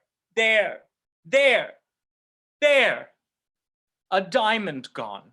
Cost me 2,000 ducats in Frankfurt. The curse never fell upon our nation till now. I never felt it till now. 2,000 ducats in that, and other precious jewels. I would my daughter were dead at my foot and the jewels in her ear. Would she were hearsed at my foot and the ducats in her coffin. No news of them? Why so? And I know not what's spent in the search. Why, thou loss upon loss. The thief gone with so much and so much to find the thief, and no satisfaction, no revenge, nor no luck, nor no in luck stirring but what lights on my shoulders, no sighs but of my breathing, no tears but of my shedding. Yes, other men have ill luck too. Antonio, as I heard in Genoa. What? Ill luck? Ill luck? Hath an argosy castaway coming from Tripolis. I thank God. I thank God. It's true. It's true. I spoke with some of the sailors that escaped the wreck. I thank thee, good Tubal. Good news. Good news. Ha! Where? In Genoa? Your daughter spent in Genoa, as I heard, in one night 80 ducats. Thou stickst a dagger in me. I shall never see my gold again. 80 ducats at a sitting. 80 ducats! There came divers of Antonio's creditors in my company to Venice that swear he cannot choose but break. I'm very glad of it. I'll plague him. I'll torture him. I am glad of it. One of them showed me a ring that he had of your daughter for a monkey. Out upon her. Thou torturest me, Tubal. It was my turquoise. I had it of Leia when I was a bachelor. I would not have given it for a wilderness of monkeys. But Antonio is certainly undone. Nay, that's true. That's very true. Go, Tubal. Fee me an officer. Bespeak him a fortnight before. I will have the heart of him. If he forfeit, for were he out of Venice, I can make what merchandise I will. Go, Tubal, and meet me at our synagogue. Go, good Tubal, at our synagogue, Tubal. Exeunt. Scene 2, Belmont, a room in Portia's house. Enter Bassanio, Portia, Graciano, Nerissa, and attendants. I pray you, Terry, pause a day or two before you hazard, for in choosing wrong, I lose your company. Therefore, forbear a while. There's something tells me, but it is not love. I would not lose you. And you know yourself, hate consuls not in such a quality. But lest you should not understand me well, and yet a maiden hath no tongue but thought, I would detain you here some month or two before you venture for me. I could teach you how to choose right, but I am then forsworn. So will I never be. So may you miss me. And but if you do, you'll make me wish a sin that I had been forsworn. Oh, beshrew your eyes, they have o'erlooked me and divided me. One half of me is yours, and the other half yours, mine own, I would say, but if mine, then yours, and so all yours. Oh, these naughty times put bars between the owners and their rights. And so, though yours, not yours, prove it so. I speak too long, but it is pies to the time, too weak and to draw out the lengths, to stay you from election. Let me choose, for as I am, I live upon the rack. On the rack, Bassanio? Then confess what treason is mingled with your love. None but that ugly treason of mistrust, which makes me fear the enjoying of my love. There may as well be amity in life between snow and fire as treason and my love. Aye, but I fear you speak upon the rack, where men enforced to speak anything. Promise me life, and I'll confess the truth. Well then, confess and live. Confess and love had been the very sum of my confession. Oh, happy torment, when my torturer doth teach me answers for deliverance. But let me to my fortune and the caskets. Away then, I am locked in one of them. If you do love me, you will find me out. Nerissa and the rest stand all aloof. Let music sound while he doth make his choice. Then, if he lose, he makes a swan-like end, fading in the music, that the comparison may stand more proper. My eye shall be the stream and watery death for him. He may win, and what music then? The music is even as flourish when true subjects bow to a new crowned monarch. Such it is as those dulcets sound in the day, break of day that creep into the dreaming bridegroom's ear and summon him to marriage. Now he goes with no less presence, but with much more love than young Alcide when he did redeem the virgin tribute paid by the howling Troy to the sea monster. I stand for sacrifice. The rest aloof are the Dardarian wives with bleared visages come forth to view the issue of the exploit. Go, Hercules, live thou, I live. With much, much more dismay, I view the fight than thou makest the fray. Music, whilst Bassanio comments on the caskets to himself. Tell me, where is fancy bred, or in the heart, or in the head? How begot, how nourished? Reply, reply. It is engendered in the eyes, with gazing fed and fancy dies in the cradle where it lies. Let us all ring fancy's knell, I'll begin it. Ding dong bell, ding dong bell. So may the outward shows be least themselves. The world is still deceived with ornament. In law, what plea so tainted and corrupt, but being seasoned with a gracious voice obscures the show of evil. In religion, what damned error, but some sober brow will bless it and approve it with a text hiding the grossness with fair ornament. There is no vice so simple, but assumes some mark of virtue on his outward pasts. How many cowards whose hearts are all as false as stairs of sand, where yet upon the chins the beards of Hercules and frowning Mars, who inward searched have livers white as milk, and these assume but valor's excrement to render them redoubted. Look on beauty, and you shall see 'tis purchased by the weight which therein works a miracle in nature, making them lightest that wear most of it. So are those crisped, snaky golden locks which make such wanton gambols with the wind, upon supposed fairness often known to be the dowry of a second head, the skull that bred them in the sepulture. Thus ornament is but the guiled shore to a most dangerous sea, the beauteous scarf veiling an Indian beauty. In a word, the seeming truth which cunning times put on to entrap the wisest. Therefore, thou gaudy gold, hard food for Midas, I will none of thee, nor none of thee, thou pale and common drudge tween man and man, but thou meager lead, which rather threatenest than dost promise aught. Thy paleness moves me more than eloquence, and here I choose.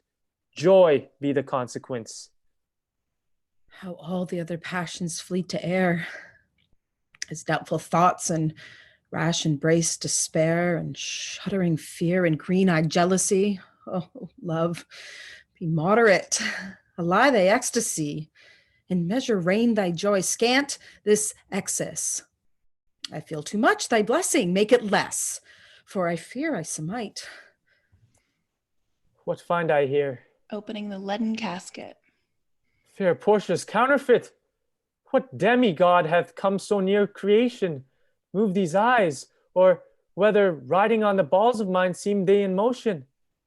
Here are the severed lips, parted with sugar breath, so sweet a bar should sunder such sweet friends. Here in her hairs the painter plays a spider and hath woven a golden mesh to entrap the hearts of men faster than gnats in cobwebs. But her eyes, how could he see to do them? Having made one, methinks it should have power to seal both his and leave itself unfurnished. Yet look, how far the substance of my praise doth wrong his shadow in underprizing it. So far this shadow doth limp behind the substance. Here's the scroll, the continent and summary of my fortune. You that choose not by the view, chance as fair and choose as true. Since this fortune calls to you, be content and seek no new. If you be well pleased with this and hold your fortune for your bliss, turn you where your lady is and claim her with a loving kiss. A gentle scroll, fair lady, by your leave, I come by note to give and to receive, like one of two contending in a prize that thinks he had done well in people's eyes. Hearing applause and universal shout, giddy in spirit, still gazing in about whether these pearls of praise be his or no. So thrice fair lady stand I even so, as doubtful whether what I see be true until confirmed, signed, ratified by you. You see me, Lord Bassanio, where I stand, such as I am, though for myself alone I would not be ambitious in my wish to wish myself much better. Yet for you, I would trouble 20 times myself, 1,000 times more fair, 10,000 times more rich, that only to stand high in your account, I might in virtue, beauties, livings, friends exceed accounts. But the full sum of me is the sum of something which, to term in gross, is an unlessoned girl, unschooled, unpracticed. Happy in this, she is not yet so old, but she may learn. Happier than this, she is not bred so dull, but she can learn. And happiest of all is that her gentle spirit commits itself to yours to be directed, as from her lord, her governor, her king. Myself and what is mine and yours is now converted. But now I was the lord of this fair mansion, master of my servants, queen or myself. And even now, but now this house, these servants, and this same myself are yours, my lord. I give them with this ring, which when you part from, lose, or give away, let it presage the ruin of your love and be my vantage to exclaim you. Madam, you have bereft me of all words. Only my blood speaks to you in my veins. And there is much confusion in my powers, as after some oration fairly spoke by a beloved prince, there doth appear among the buzzing pleased multitude, where every something being blent together turns into a wild of nothing, save of joy, expressed and not expressed. But then this ring parts from this finger, then parts life from hence. Oh, then be bold to say Bassanio's dead. My lord and lady, it is now our time that have stood by and seen our wishes prosper to cry good joy, my lord and lady. My lord Bassanio and my gentle lady, I wish you all the joy that you can wish, for I am sure you can wish none from me. And when your honors mean to solemnize that bargain of your faith, I do beseech you, even at that time, I may be married too. With all my heart, so thou canst get a wife. I thank your lordship, you have got me one. My eyes, my lord, can look as swift as yours. You saw the mistress, I beheld the maid. You loved, I loved. For intermission no more pertains to me, my lord, than you. Your fortune stood upon the casket there, and so did mine too, as the matter falls.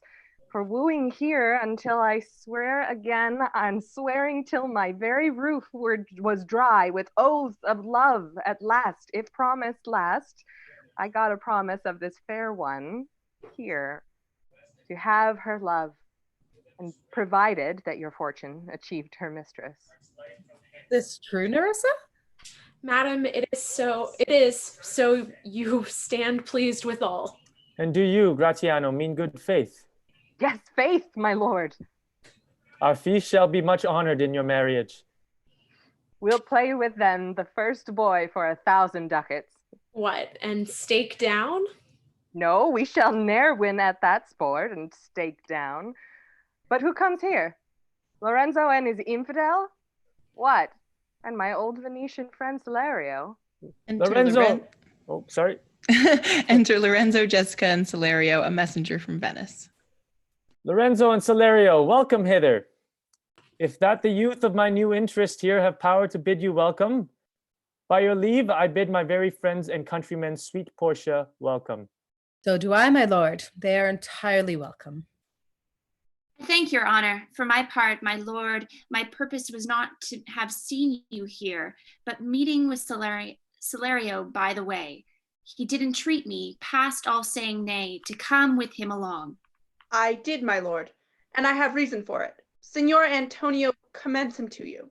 Gives Bassanio a letter. Here I ope this letter. I pray you tell me how my good friend doth. Not sick, my lord, unless it be in mind, nor well unless in mind. His letter there will show you his estate. Nerissa, cheer yon stranger, bid her welcome. Your hand, Salario. What's the news from Venice? How doth that royal merchant, good Antonio? I know he will be glad of our success. We are the Jasons, we have won the fleece.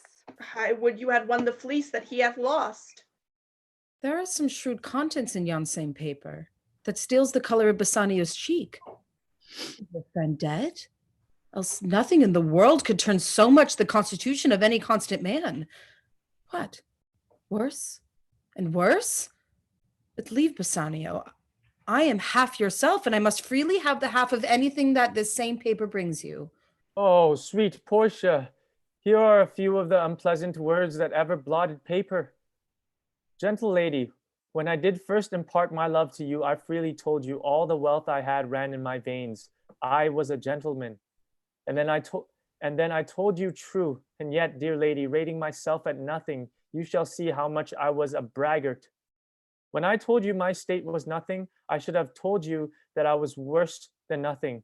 For indeed, I have engaged myself to a dear friend, engaged my friend to his mere enemy to feed my means. Here is a letter, lady, the paper as the body of my friend, and every word in it a gaping wound, issuing lifeblood. But is it true, Salerio? Have all the ventures failed? What, not one hit? From Tripolis, from Mexico and England, from Lisbon, Barbary, and India? And not one vessel escaped the dreadful touch of merchant marrying rocks? Not one, my lord. Besides, it should appear that if he had the present money to discharge the Jew, he would not take it. Never did I know a creature that did bear the shape of man, so keen and greedy to confound a man. He plies the Duke at morning and at night, and doth impeach the freedom of the state, if they deny him justice.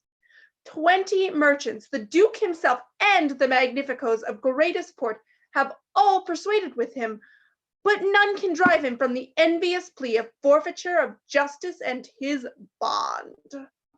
When I was with him, I have heard him swear to Tubal and Chus, his countrymen, that he would rather have Antonio's flesh than 20 times the value of the sum that he did owe him. And I know, my lord, if law, authority, and power deny not, it will go hard with poor Antonio. Is it your dear friend that is thus in trouble? The dearest friend to me, the kindest man, the best conditioned and an unwearied spirit in doing courtesies, and one in whom the ancient Roman honor more appears than any that draws breath in Italy. What sum owes he the Jew? For me, 3,000 ducats. What? No more? Well, pay him 6,000 and deface the bond. Double 6,000 and then treble that before a friend of this description shall lose a hair through Bassanio's fault. First, go with me to church and call me wife, and then away to Venice to your friend. For never shall you lie by Portia's side with an unquieted soul. You shall have the gold to pay the petty debt 20 times over. When it is paid, bring your true friend along. My maid Nerissa and myself, meantime, will live as maids and widows. Come away, for you shall hence upon your wedding day. Bid your friends welcome, show a merry cheer. Since you are dear bought, I will love you, dear. But let me hear that letter of your friend. Sweet Bassanio, my ships have all miscarried, my creditors grow cruel, my estate is very low, my bond to the Jew is forfeit, and since in paying it, it is impossible I should live, all debts are cleared between you and I, if I might but see you at my death, notwithstanding use your pleasure, if your love do not persuade you to come, let not my letter. Oh, love, dispatch all business and be gone. Since I have your good leave to go away, I will make haste. But till I come again, no bed shall e'er be guilty of my stay, no rest be interposer twixt us twain. Exeunt. Scene 3, Venice street. Enter Shylock, Celerino, Antonio, and a jailer. Jailer, look to him. Tell not me of mercy. This is the fool that lent out money gratis. Jailer, look to him. Hear me yet, good Shylock. I'll have my bond. Speak not against my bond. I have sworn an oath that I will have my bond. Thou calledst me dog before thou hadst a cause. But since I am a dog, beware my fangs. The Duke shall grant me justice. I do wonder, thou naughty jailer, that thou art so fond to come abroad with him at his request. I pray thee, hear me speak. I'll have my bond, I will not hear thee speak. I'll have my bond, and therefore speak no more. I'll not be made a soft and dull-eyed fool to shake the head, relent, and sigh, and yield to Christian intercessors. Follow not, I'll have no speaking, I will have my bond. Exit. It is the most impenetrable cur that ever kept with men.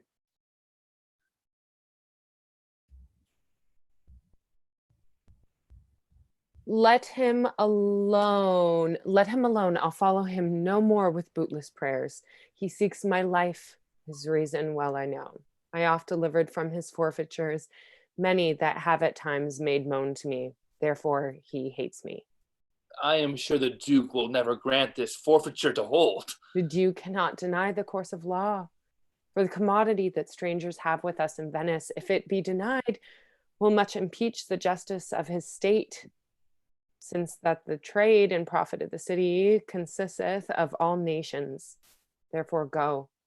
These griefs and losses have so baited me that I shall hardly spare a pound of flesh. Tomorrow to my bloody creditor. Well, jailer, on. Pray God Bassanio come to see me pay his debt, and then I care not. Exit. Scene 4, Belmont, a room in Portia's house. Enter Portia, Nerissa, Lorenzo, Jessica, and Balthazar. Madam, although I speak it in your presence, you have a noble and a true conceit of godlike amity, which appears most strongly in bearing thus the absence of your lord. But if you knew to whom you show this honor, how true a gentleman you send relief, how dear a lover of my lord your husband, I know you would be prouder of the work than customary bounty can enforce you. Well, I never did repent for doing good, nor shall not now. For in companions that do converse and waste the time together, whose souls do bear an equal yoke of love, there must be needs like proportion, of alignment, of manners, and of spirit, which makes me think that this Antonio, being the bosom lover of my lord, must needs be like my lord. If it be so, how little is the cost that I have bestowed in purchasing the semblance of my soul from the state of this hellish misery. This comes too near the praising of myself, therefore no more of it. Here other things. Lorenzo, I commit into you my hands the husbandry and manage of my house until my lord's return. For mine own part, I have toward heaven breathed a secret vow to live in prayer and contemplation, only attended by Nerissa here, until her husband and my lord's returned. There is a monastery 2 miles off, and there we will abide. I do desire you not to deny this imposition, the which my love in some necessity now lays upon you. Madam, with all my heart, I shall obey you in all fair commands. My people do already know my mind, and will acknowledge you and Jessica in place of Lord Bassanio and myself. And so farewell, till we shall meet again. Fair thoughts and happy hours attend on you. I wish your ladyship all heart's content. I thank you for your wish, and I am well pleased to wish it back on you. Fare you well, Jessica. Exit Jessica and Lorenzo. Now, Balthazar, as I have found thee honest true, so let me find thee still. Take this letter, and use thou all endeavor of a man in speed to Padua. See thou render this into my cousin's hand, Dr. Bellario, and look what notes and garments he doth give thee, and bring them, I pray thee, with imagining speed unto the transit into the common ferry which trades to Venice. Waste no time in words, but get thee gone. I shall be there before thee.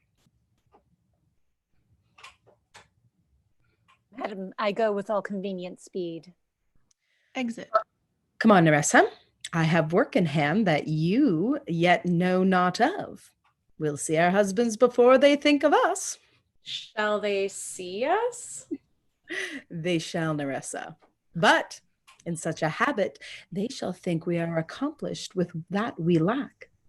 I'll hold thee any wager when we are both accounted like young men. I'll prove the prettier fellow of the two, and wear my dagger with the braver grace, and speak between the change of a man and a boy's with a reed voice, and turn 2 mincing steps into a manly stride, and speak a phrase like a fine bragging youth, and tell quaint lies, how honorable ladies sought my love, which I denying, they fell sick and died. I could not do withal, and then I'll repent and wish for all that I had not killed them. In 20 of these puny lies I tell, that men shall swear I have discontinued school about 12 months. I have within my mind 1,000 raw tricks of these bragging jacks, which I will practice. Shall we turn to men? Aye, what, what a question's that? If that were near a lewd interpreter, but come, I will tell thee of my whole device when I am in my coach, which stays for us at the park gate. And therefore, haste away. You must measure 20 miles today. Excellent. Scene 5, the same, a garden. Enter Launcelot and Jessica. Yes, truly, for look you, the sins of the father are to be laid upon the children. Therefore, I promise ye, I fear you. I was always playing with you, and so now I speak my agitation of the matter. Therefore, be of good cheer, for truly I think you are damned. There is but one hope in it that can do you any good, and that is but a kind of bastard hope neither. And what hope is that, I pray thee? Mary, you may partly hope that your father got you not, that you are not the Jew's daughter. That were a kind of bastard hope indeed, so the sins of my mother should be visited upon me? Truly, then, I fear you are damned both by the father and mother. Thus, when I shun Scylla, your father, I fall into Charybdis, your mother. Well, you were gone both ways. I shall be saved by my husband. He hath made me a Christian. Truly, the more to blame he. We were Christians enow before, in as many as could well live one by another. This making Christians will raise the price of hogs. If we grow all to be pork eaters, we shall not shortly have a rasher on the coals for money. I'll tell my husband, Lancelot, what you say. Here Enter he Lorenzo. I shall grow jealous of you shortly, Lancelot, if you thus get my wife into corners. Nay, you need not fear us, Lorenzo. Lancelot and I are out. He tells me flatly there's no mercy for me in heaven because I am a Jew's daughter. And he says you are no good member of the Commonwealth, for in converting Jews to Christians, you raise the price of pork. I shall answer that better to the Commonwealth than you can the getting up of the Negro's belly. The Moor is with child by you, Lancelot. It is much that the Moor should be more than reason, but if she be less than an honest woman, she is indeed more than I took her for. However fool can play upon the word, I think the best grace of wit will shortly turn into silence and discourse grow commendable in none only but parrots. Go in, sirrah. Bid them prepare for dinner. That is done, sir. They have all stomachs. Goodly Lord, what wit snapper you are. Then bid them prepare dinner. That is done too, sir. Only cover is the word. Will you cover then, sir? Not so, sir, neither. I know my duty. Yet more quarreling with occasion. Will thou show the whole wealth of thy wit in an instant? I pray thee. I pray, tree, understand a plain man in his plain meaning.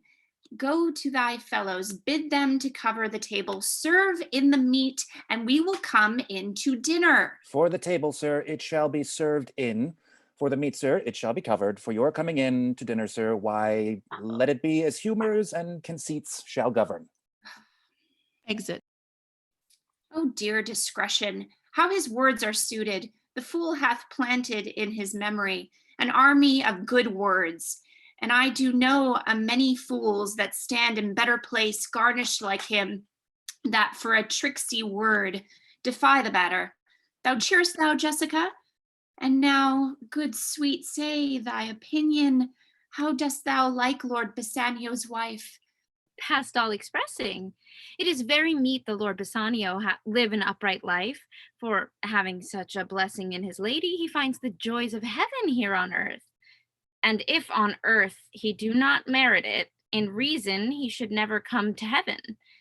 Why, if two gods should play some heavenly match, and on the wager lay two earthly women, and Portia one, there must be something else pawned with the other, for the poor rude world hath not her fellow. Even such a husband hast thou of me as she is for a wife. Nay, but ask my opinion too of that. I will anon. First let us go to dinner. Nay, let me praise you while I have a stomach. No, pray thee, let it serve for table talk. Then however thou speakest among other things, I shall digest it. Well, I'll set you forth. Excellent. Act 4, Scene 1, Venice, a court of justice. Enter the Duke, the Magnificos, Antonio, Bassanio, Graciano, Zalerio, and others. What? Is Antonio here? Ready, so please your grace. I am sorry for thee. Thou art come to answer a stony adversary, an inhuman wretch, incapable of pity, void and empty from any dram of mercy. I have heard your grace hath taken great pains to qualify his rigorous course. But since he stands obdurate, and that no lawful means can carry me out of his envy's reach, I do oppose my patience to his fury, and am armed to suffer with the quietness of spirit to the very tyranny and rage of his. Go one, and call the Jew into the court. He is ready at the door. He comes, my lord. Enter Shylock. Make room and let him stand before our face. Shylock, the world thinks, and I think so too, that thou but leads this fashion of thy malice to the last hour of act. And then 'tis thought thou'lt show thy mercy and remorse more strange than is thy strange apparent cruelty.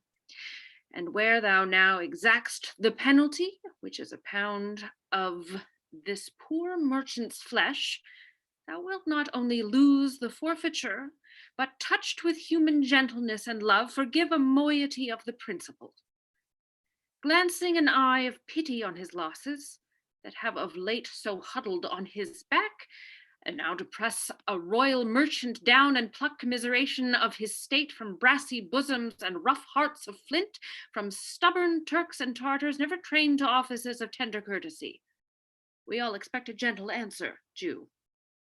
I have possessed your grace of what I purpose, and by our holy Sabbath have I sworn to have the due and forfeit of my bond. If you deny it, let the danger light upon your charter and your city's freedom.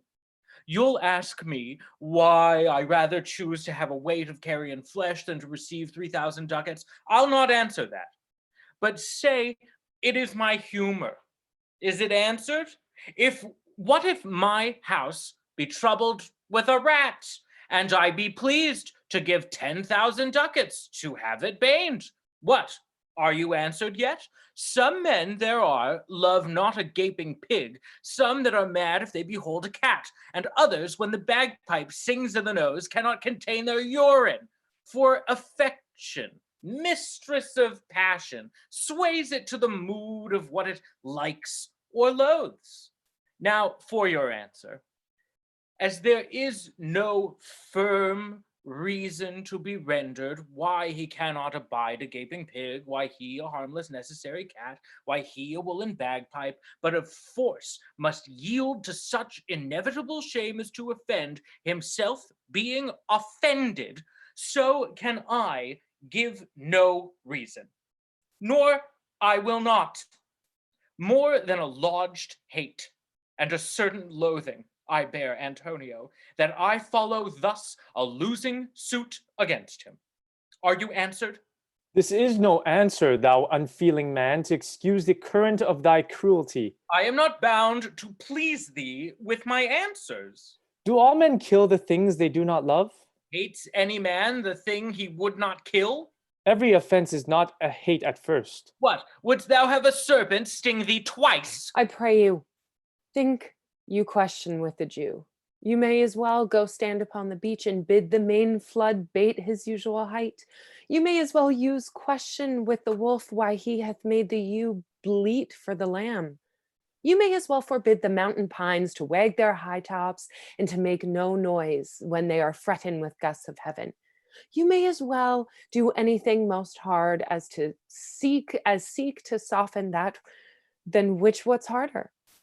His Jewish heart, therefore, I do beseech you, make no more offers, use no farther means, but with all brief and plain conveniency, let me have judgment and the Jew his will.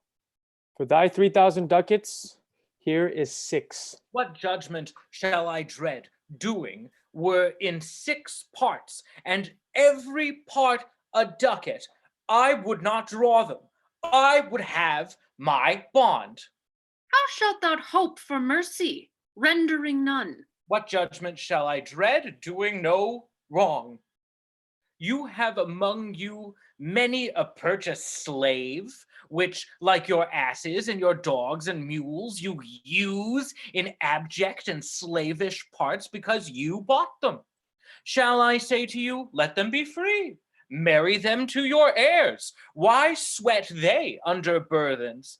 Let their beds be made as soft as yours, and let their palates be seasoned with such viands. You will answer, the slaves are ours. So do I answer you. The pound of flesh which I demand of him is dearly bought. 'Tis mine, and I will have it. If you deny me, fie upon your law. There is no force in the decrees of Venice. I shall stand for judgment. Answer, shall I have it? Upon my power, I may dismiss this court, unless Valerio, a learned doctor, whom I have sent for to determine this, come here today. My lord, here stays without a messenger with letters from the doctor, new come from Padua. Bring us the letter. Call the messenger. Good cheer, Antonio. What, man? Courage yet. The Jew shall have my flesh, blood, bones, and all, ere thou shalt lose for me one drop of blood. I am a tainted wether of the flock, meetest for death. The weakest kind of fruit drops earliest to the ground, and so let me, you cannot better be employed, Bassanio, than to live still and write mine epitaph. Enter Nerissa, dressed like a lawyer's clerk. Came you from Padua? From Valerio? From both, my lord. Valerio greets your grace. Presenting a letter. Why dost thou whet thy knife so earnestly? To cut the forfeiture from that bankrupt there. Not on thy soul, but on thy soul, harsh Jew, thou takest the knife keen. But no metal can, no, not the hangman's axe, bear half the keenness of thy sharp envy. Can no prayers pierce thee? No, none that thou hast wit enough to make. Oh, be thou damned, inexorable dog. And for thy life, let justice be accused. Thou almost makest me waver in my faith to hold opinion with Pythagoras, that souls of animals infuse themselves into the trunks of men. Thy cherished spirit governed a wolf, who hanged for human slaughter, even from the gallows did his fell soul fleet. And whilst thou layest in thy unhallowed dam, infused itself in thee.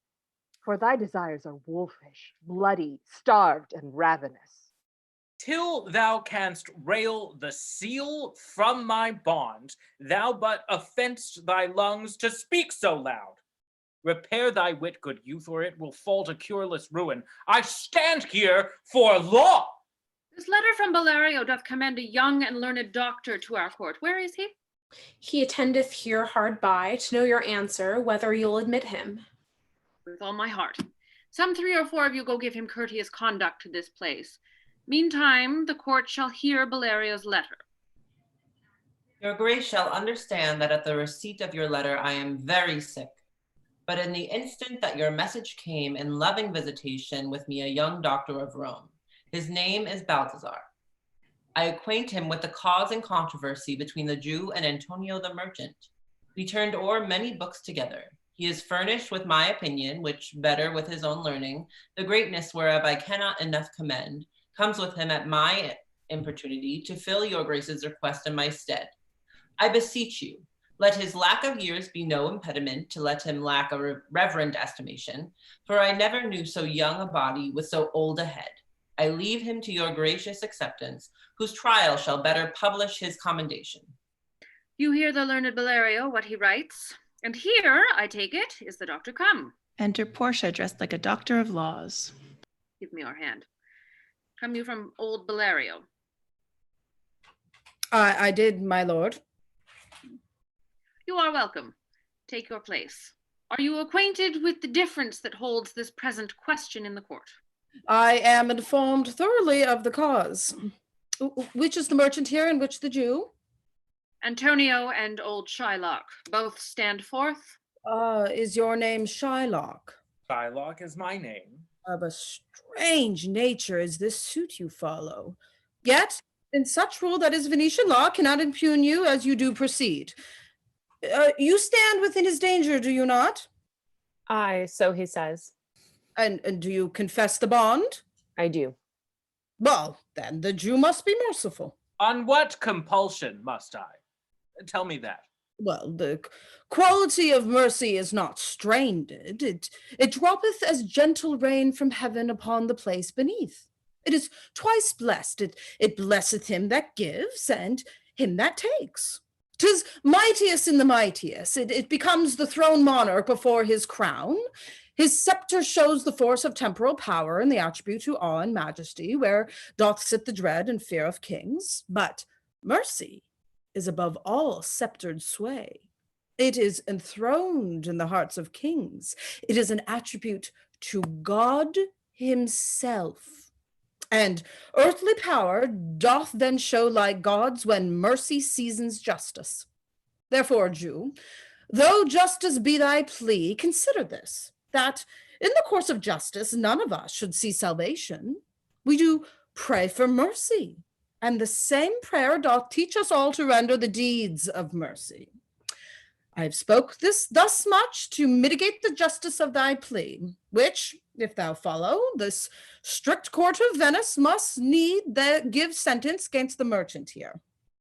My deeds upon my head, I crave the law, the penalty and forfeit of my bond. Well, is he not able to discharge the money? Yes, here I tender it for him in the court. Yea, twice the sum. If that will not suffice, I will be bound to pay it 10 times or on forfeit of my hands, my heart, my head. If this will not suffice, I must appear that malice bears down truth, and I beseech you, rest once the law to your authority, to do a great right, to do a little wrong, and curb this cruel devil of his will. No, it must not be. There is no power in Venice can alter a decree established. 'Twill be recorded as a precedent, and may error by the same example or rush into state. No, it cannot be. A Daniel come to judgment. Yea, a Daniel, O wise young judge, how I do honor thee. I pray you, let me look upon the bond. Here it is, most reverend doctor. Here it is. No, Shylock, there's thrice thy money offered here. An oath I have in heaven. Shall I lay perjury upon my soul? No, not for Venice. Why, this bond is forfeit. And lawfully by this Jew may claim a pound of flesh to be cut off, to be by him cut off nearest the merchant's heart. Well, be merciful, take thrice thy money. Bid me tear the bond. When it is paid according to the tenor, it doth appear you are a worthy judge. You know the law, your exposition hath been most sound. I charge you, by the law, whereof you are a well-deserving pillar, proceed to the judgment. By my soul, I swear there is no power in the tongue of man to alter me. I stay here on my bond. Most heartily, I do beseech the court to give the judgment. Why then, thus it is.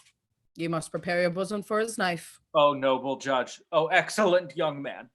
For the intent and purpose of the law hath full relation to the penalty, which here appeareth due upon the bond. 'Tis very true. O wise and upright judge, how much more elder art thou than thy looks?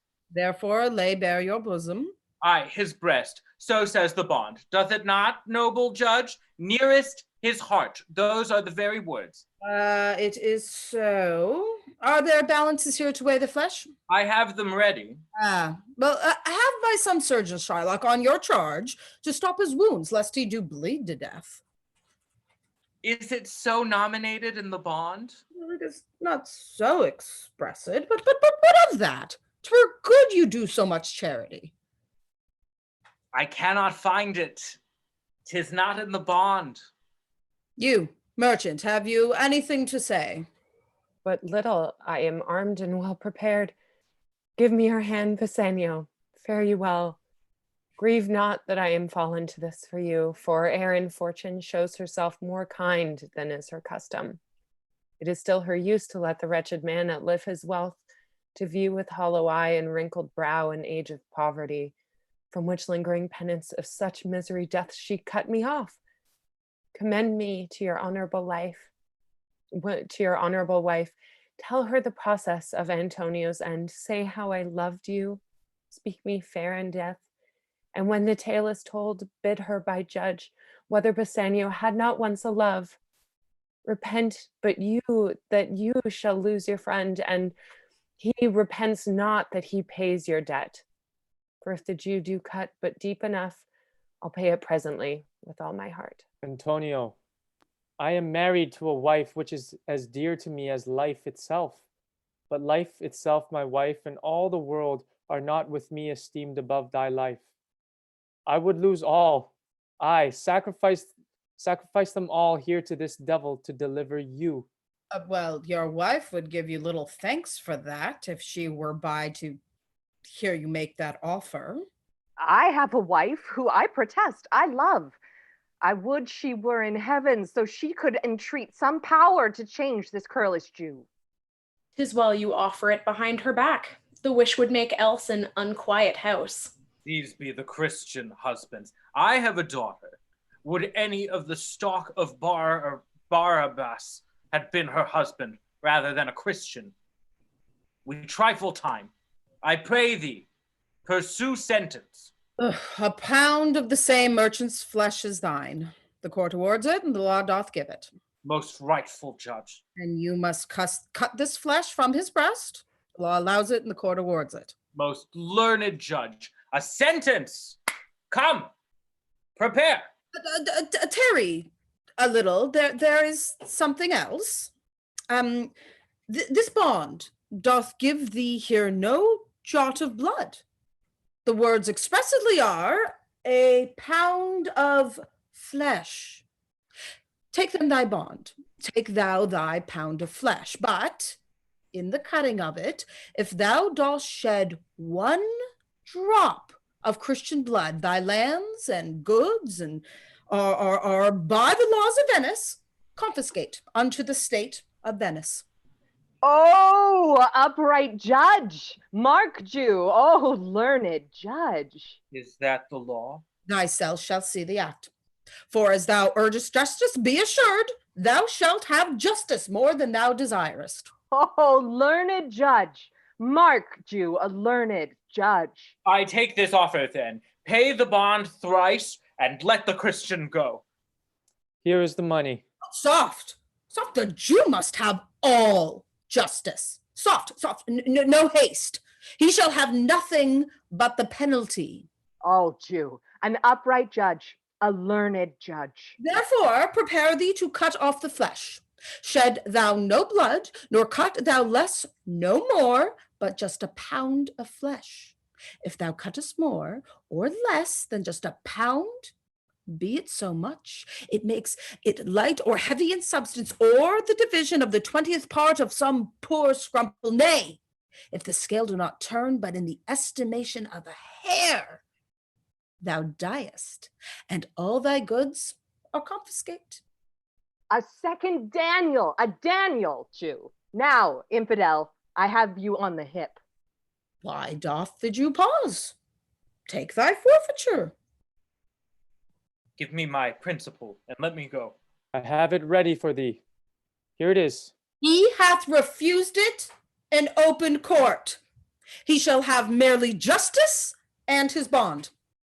A Daniel. Still I say, a second Daniel. I thank thee, Jew, for teaching me that word. Shall I not have barely my principal? Thou shalt have nothing but thy forfeiture, to be taken at thy peril, Jew. Why then the devil give him good of it. I'll stay no longer question. Oh, tarry, Jew. The law hath yet another hold on you. It is enacted in the laws of Venice. If it be proved against an alien by direct or indirect attempts, he seeks the life of any citizen, the part against the which he doth contrive shall seize 1/2 his goods. The other half comes to privy coffer of the state, and the offender's life lies in the mercy of the Duke only, against all other voice. In which predicament, I say, thou standest. For it appears by manifest proceeding that indirectly and directly too thou hast contrived against the very life of the defendant, and thou hast incurred the danger most formally by me reassured. Down therefore and beg mercy of the Duke. Beg that thou mayest have leave to hang thyself, and yet thy wealth, being forfeit to the state, thou hast not left to the value of a cord. Therefore, thou must be hanged at the state's charge. That thou shalt see the difference of our spirits, I pardon thee thy life before thou ask it. For half thy wealth it is Antonio's, the other half comes to the general state, which humbleness may drive unto a fine. Aye, for the state, but not for Antonio. Nay, take my life and all. Pardon not that. You take my house when you do take the prop that doth sustain my house. You take my life when you do take the means by where I live. Well, what mercy can you render him, Antonio? A halter gratis, nothing else, for God's sake. So please, my lord the Duke and all the court, to quit the fine for one half of his goods. I am content. So he will let me have the other half in use to render it upon his death until the gentleman that lately stole his daughter. 2 things provided more, that for this favor he presently become a Christian. The other, that he do record a gift here in the court of all he dies possessed unto his son Lorenzo and his daughter. He shall do this, or else I do recant the pardon that I late pronounced here.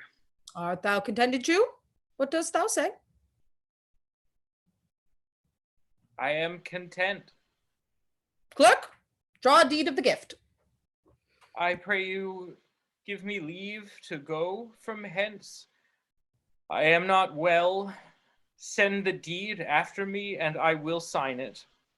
Get thee gone, but do it. In christening shalt thou have 2 godfathers. Had I been judge, thou shouldst have had 10 more, to bring thee to the gallows, not to the front. Exit Shylock. Sir, I entreat you home with me to dinner. Oh, I humbly do desire your grace of pardon. I must away this night to Padua, and it is meet I presently set forth. I am sorry that your leisure serves you not. Antonio, gratify this gentleman, for in my mind, you are much bound to him. Exeunt Duke and his train. Most worthy gentlemen, I and my friend have by your wisdom been this day acquitted of grievous penalties, in lieu whereof 3,000 ducats due to the Jew we freely cope our courteous pains withal.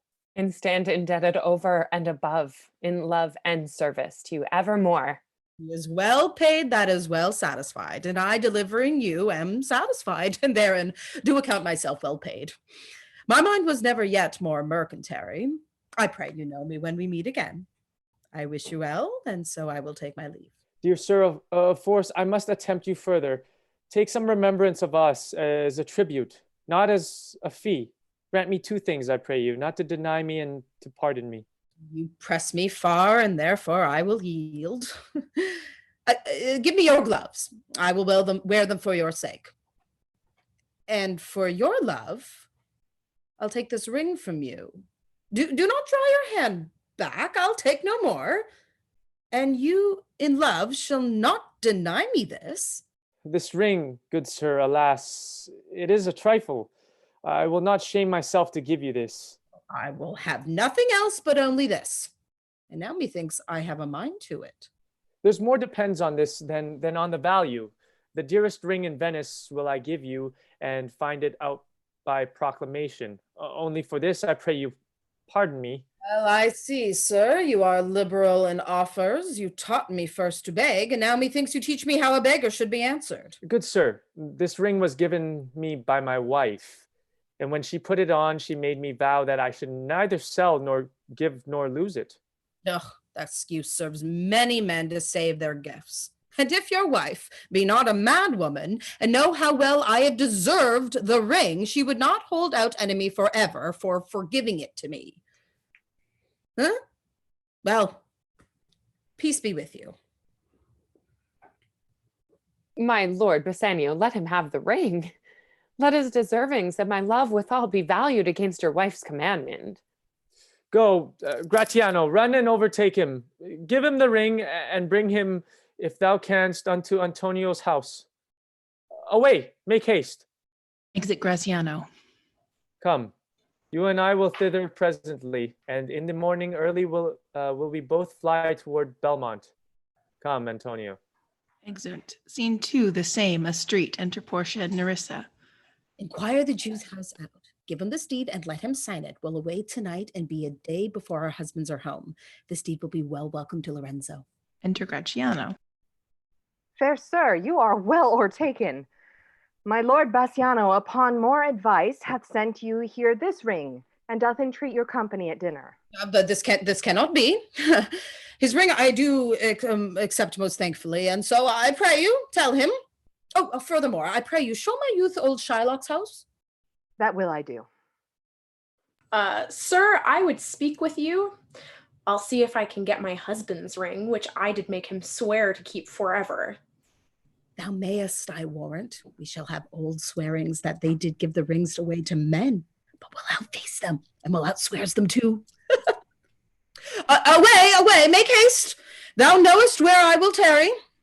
Come, good sir, will you show me to this house? Exit. Act 5, Scene 1, Belmont, Avenue to Portia's house. Enter Lorenzo and Jessica. The moon shines bright in such a night as this, when the sweet wind did gently kiss the tree, and they did make no noise in such a night. Troilus methinks mounted the Trojan walls and sighed his souls toward Grecian tents, where Cressid lay that night. In such a night did Thisbe fearfully o'ertrip the dew, and saw the lion's shadow ere himself, and ran dismayed away. In such a night stood Dido with a willow in her hand, upon the wind-sea banks, and waft her love to come again to Carthage. In such a night Medea gathered the enchanted herbs that did renew old Aeson. In such a night did Jessica steal from the wealthy Jew, and with the unthrift love did run from Venice as far as Belmont. In such a night did young Lorenzo swear he loved her well, stealing her soul with many vows of faith, and ne'er a true one. In such a night did pretty Jessica, like a little shrew, slander her love, and he forgave it her. I would outnight you, did nobody come, but hark, I hear the footing of a man. Enter Stefano. Who comes so fast in silence of the night? A friend. A friend? What friend? Your name, I pray you, friend? Stefano is my name, and I bring word. My mistress will, before the break of day, be here at Belmont. She doth stray about by holy crosses, where she kneels and prays for happy wedlock hours. Who comes with her? None but a holy hermit and her maid. I pray you, is my master yet returned? He is not, nor we have not heard from him. But go we in, I pray thee, Jessica, and ceremoniously let us prepare some welcome for the mistress of the house. Enter Launcelot. Sola, sola, whoa, ha, ho, sola, sola. Who calls? Sola, did you see Master Lorenzo? Master Lorenzo, sola, sola. Leave a hollering man here. Sola, where? Where? Here. Well, tell him there's a post come from my master with his horn full of good news. My master will be here ere morning. Sweet soul, let in, and there expect their coming. And yet no matter, why should we go in? My friend Stefano, signify, I pray you, within the house your mistress is at hand, and bring your music forth into the air. Exit Stefano. How sweet the moonlight sleeps upon this bank. Here we will sit and let the sound of music creep in our ears. Soft stillness and the night become the touches of sweet harmony. Sit, Jessica. Look how the floor of heaven is thick inlaid with panties of bright gold. There is not the smallest orb which thou beholdest but in his motion like an angel sings, still choiring to the young-eyed cherubs, such harmony is in immortal souls. But whilst this muddy vesture of decay doth grossly close in it, we cannot hear it. Enter musicians. Come ho, and wake Diana with a hymn. With sweetest touches, pierce your mistress's ear and draw her home with music. Music.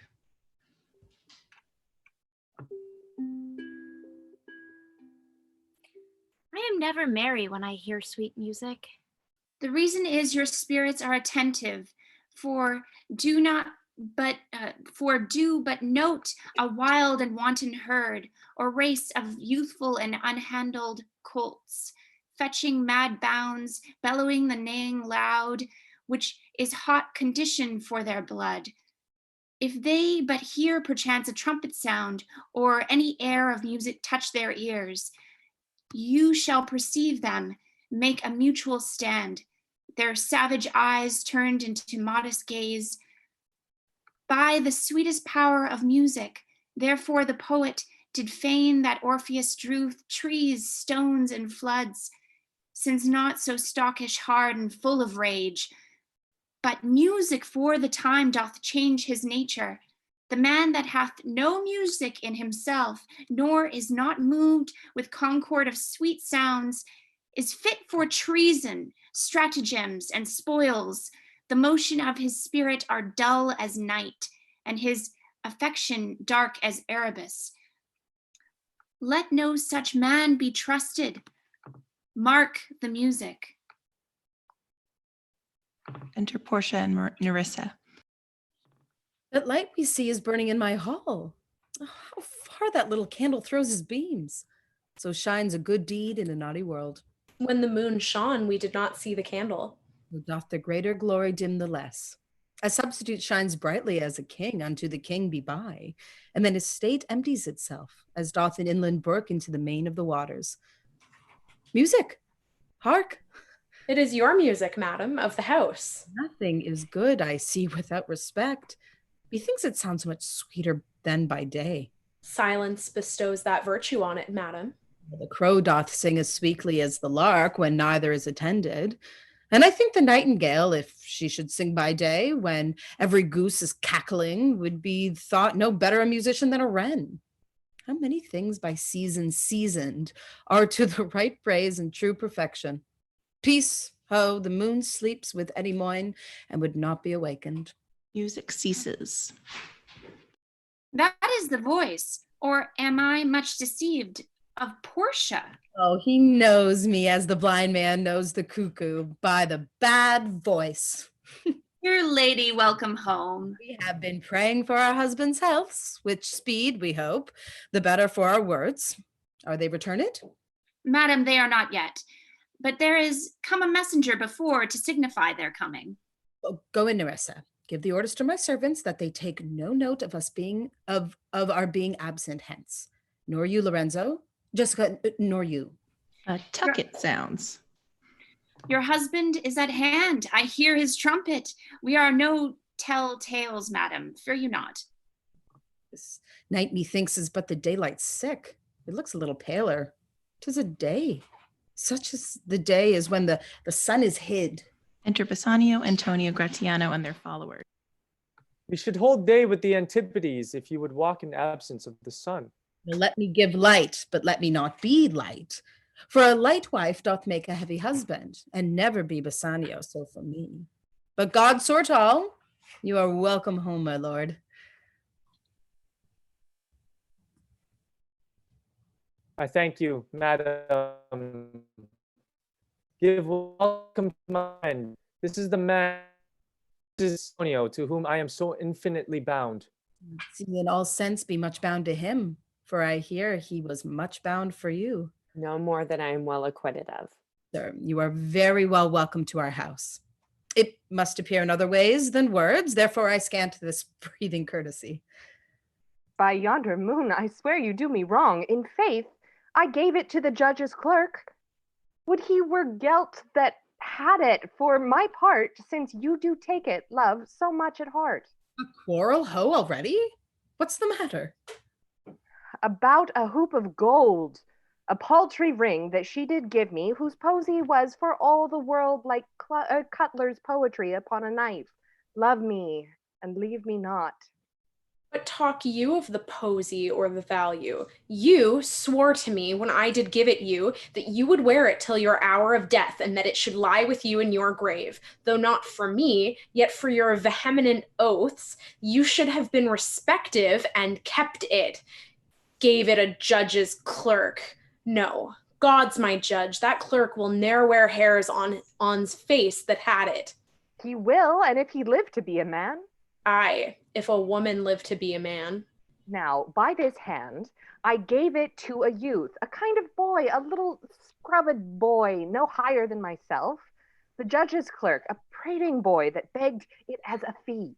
I could not for my heart deny it him. Oh, you were to blame. I must be plain with you. To part so slightly with your wife's first gift? A thing stuck on with oaths upon your finger, so riveted with faith unto your own flesh.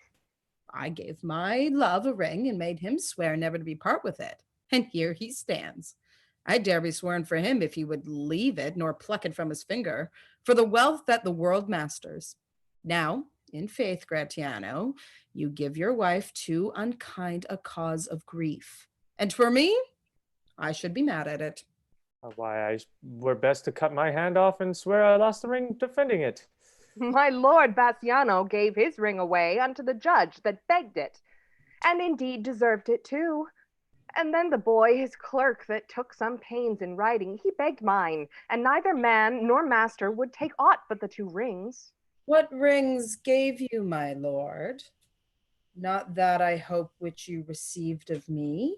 If I could add a lie unto a fault, I would deny it, but you see my finger hath not the ring upon it. It is gone.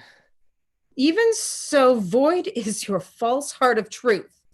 By heaven, I'll ne'er come to your bed until I see that ring. Nor I and yours till I again see mine.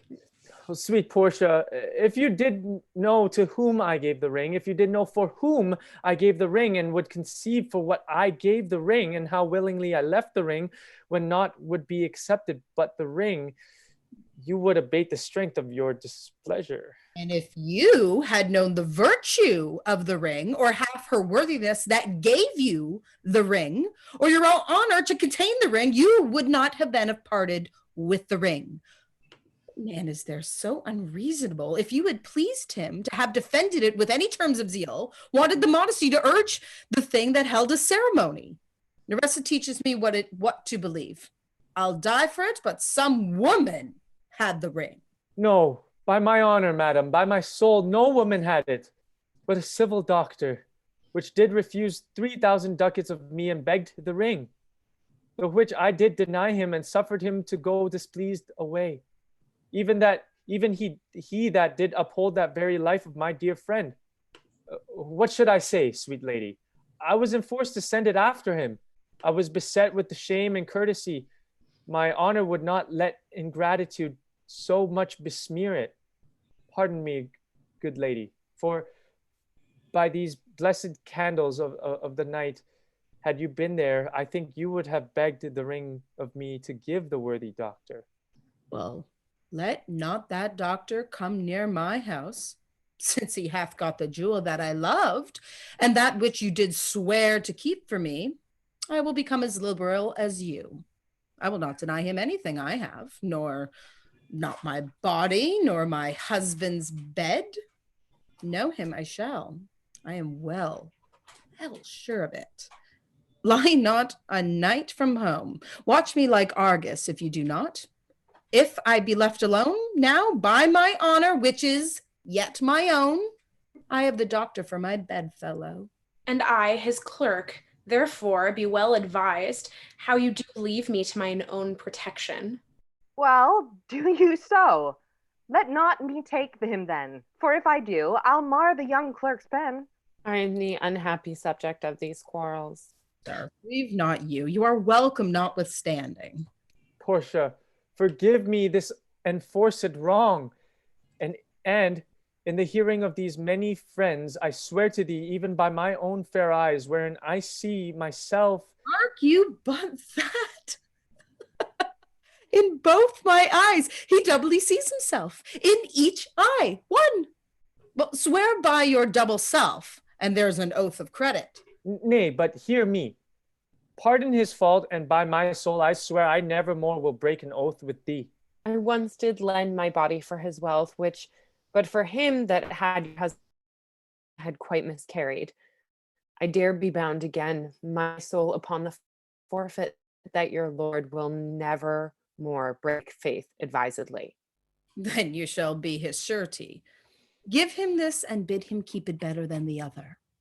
Here, Lord Bassanio, swear to keep this ring. By heaven, it is the same I gave the doctor. I had it of him. Pardon me, Bassanio, for by this ring the doctor lay with me. And pardon me, my gentle Gratiano, for the same scrubbed boy, the doctor's clerk, in lieu of this last night did lie with me. Why, this is like the mending of the highways in summer, where the ways are fair enough. What? Are we cuckolds ere we have deserved it? Speak not so grossly. You are all amazed. Here is a letter. Read it at your leisure. It comes from Padua, from Bellario. There you shall find that Portia was the doctor, and Nerissa there, her clerk. Lorenzo here shall witness I set forth as soon as you, and even now returned it. I have not yet entered my own house. Antonio, you are welcome, and I have better news in store for you than you expect. Unseal this letter soon, and you shall find 3 of your argosies are richly come to harbor suddenly. You shall not know by which the strange accident I chanced on this letter. I am dumb. Were you the doctor, and I knew you not? Were you the clerk that is to make me cuckold? Aye, but the clerk that never means to do it, unless he live until he be a man. Sweet doctor, you shall be my bedfellow. When I am absent, then lie with my wife. Sweet lady, you have given me life and living.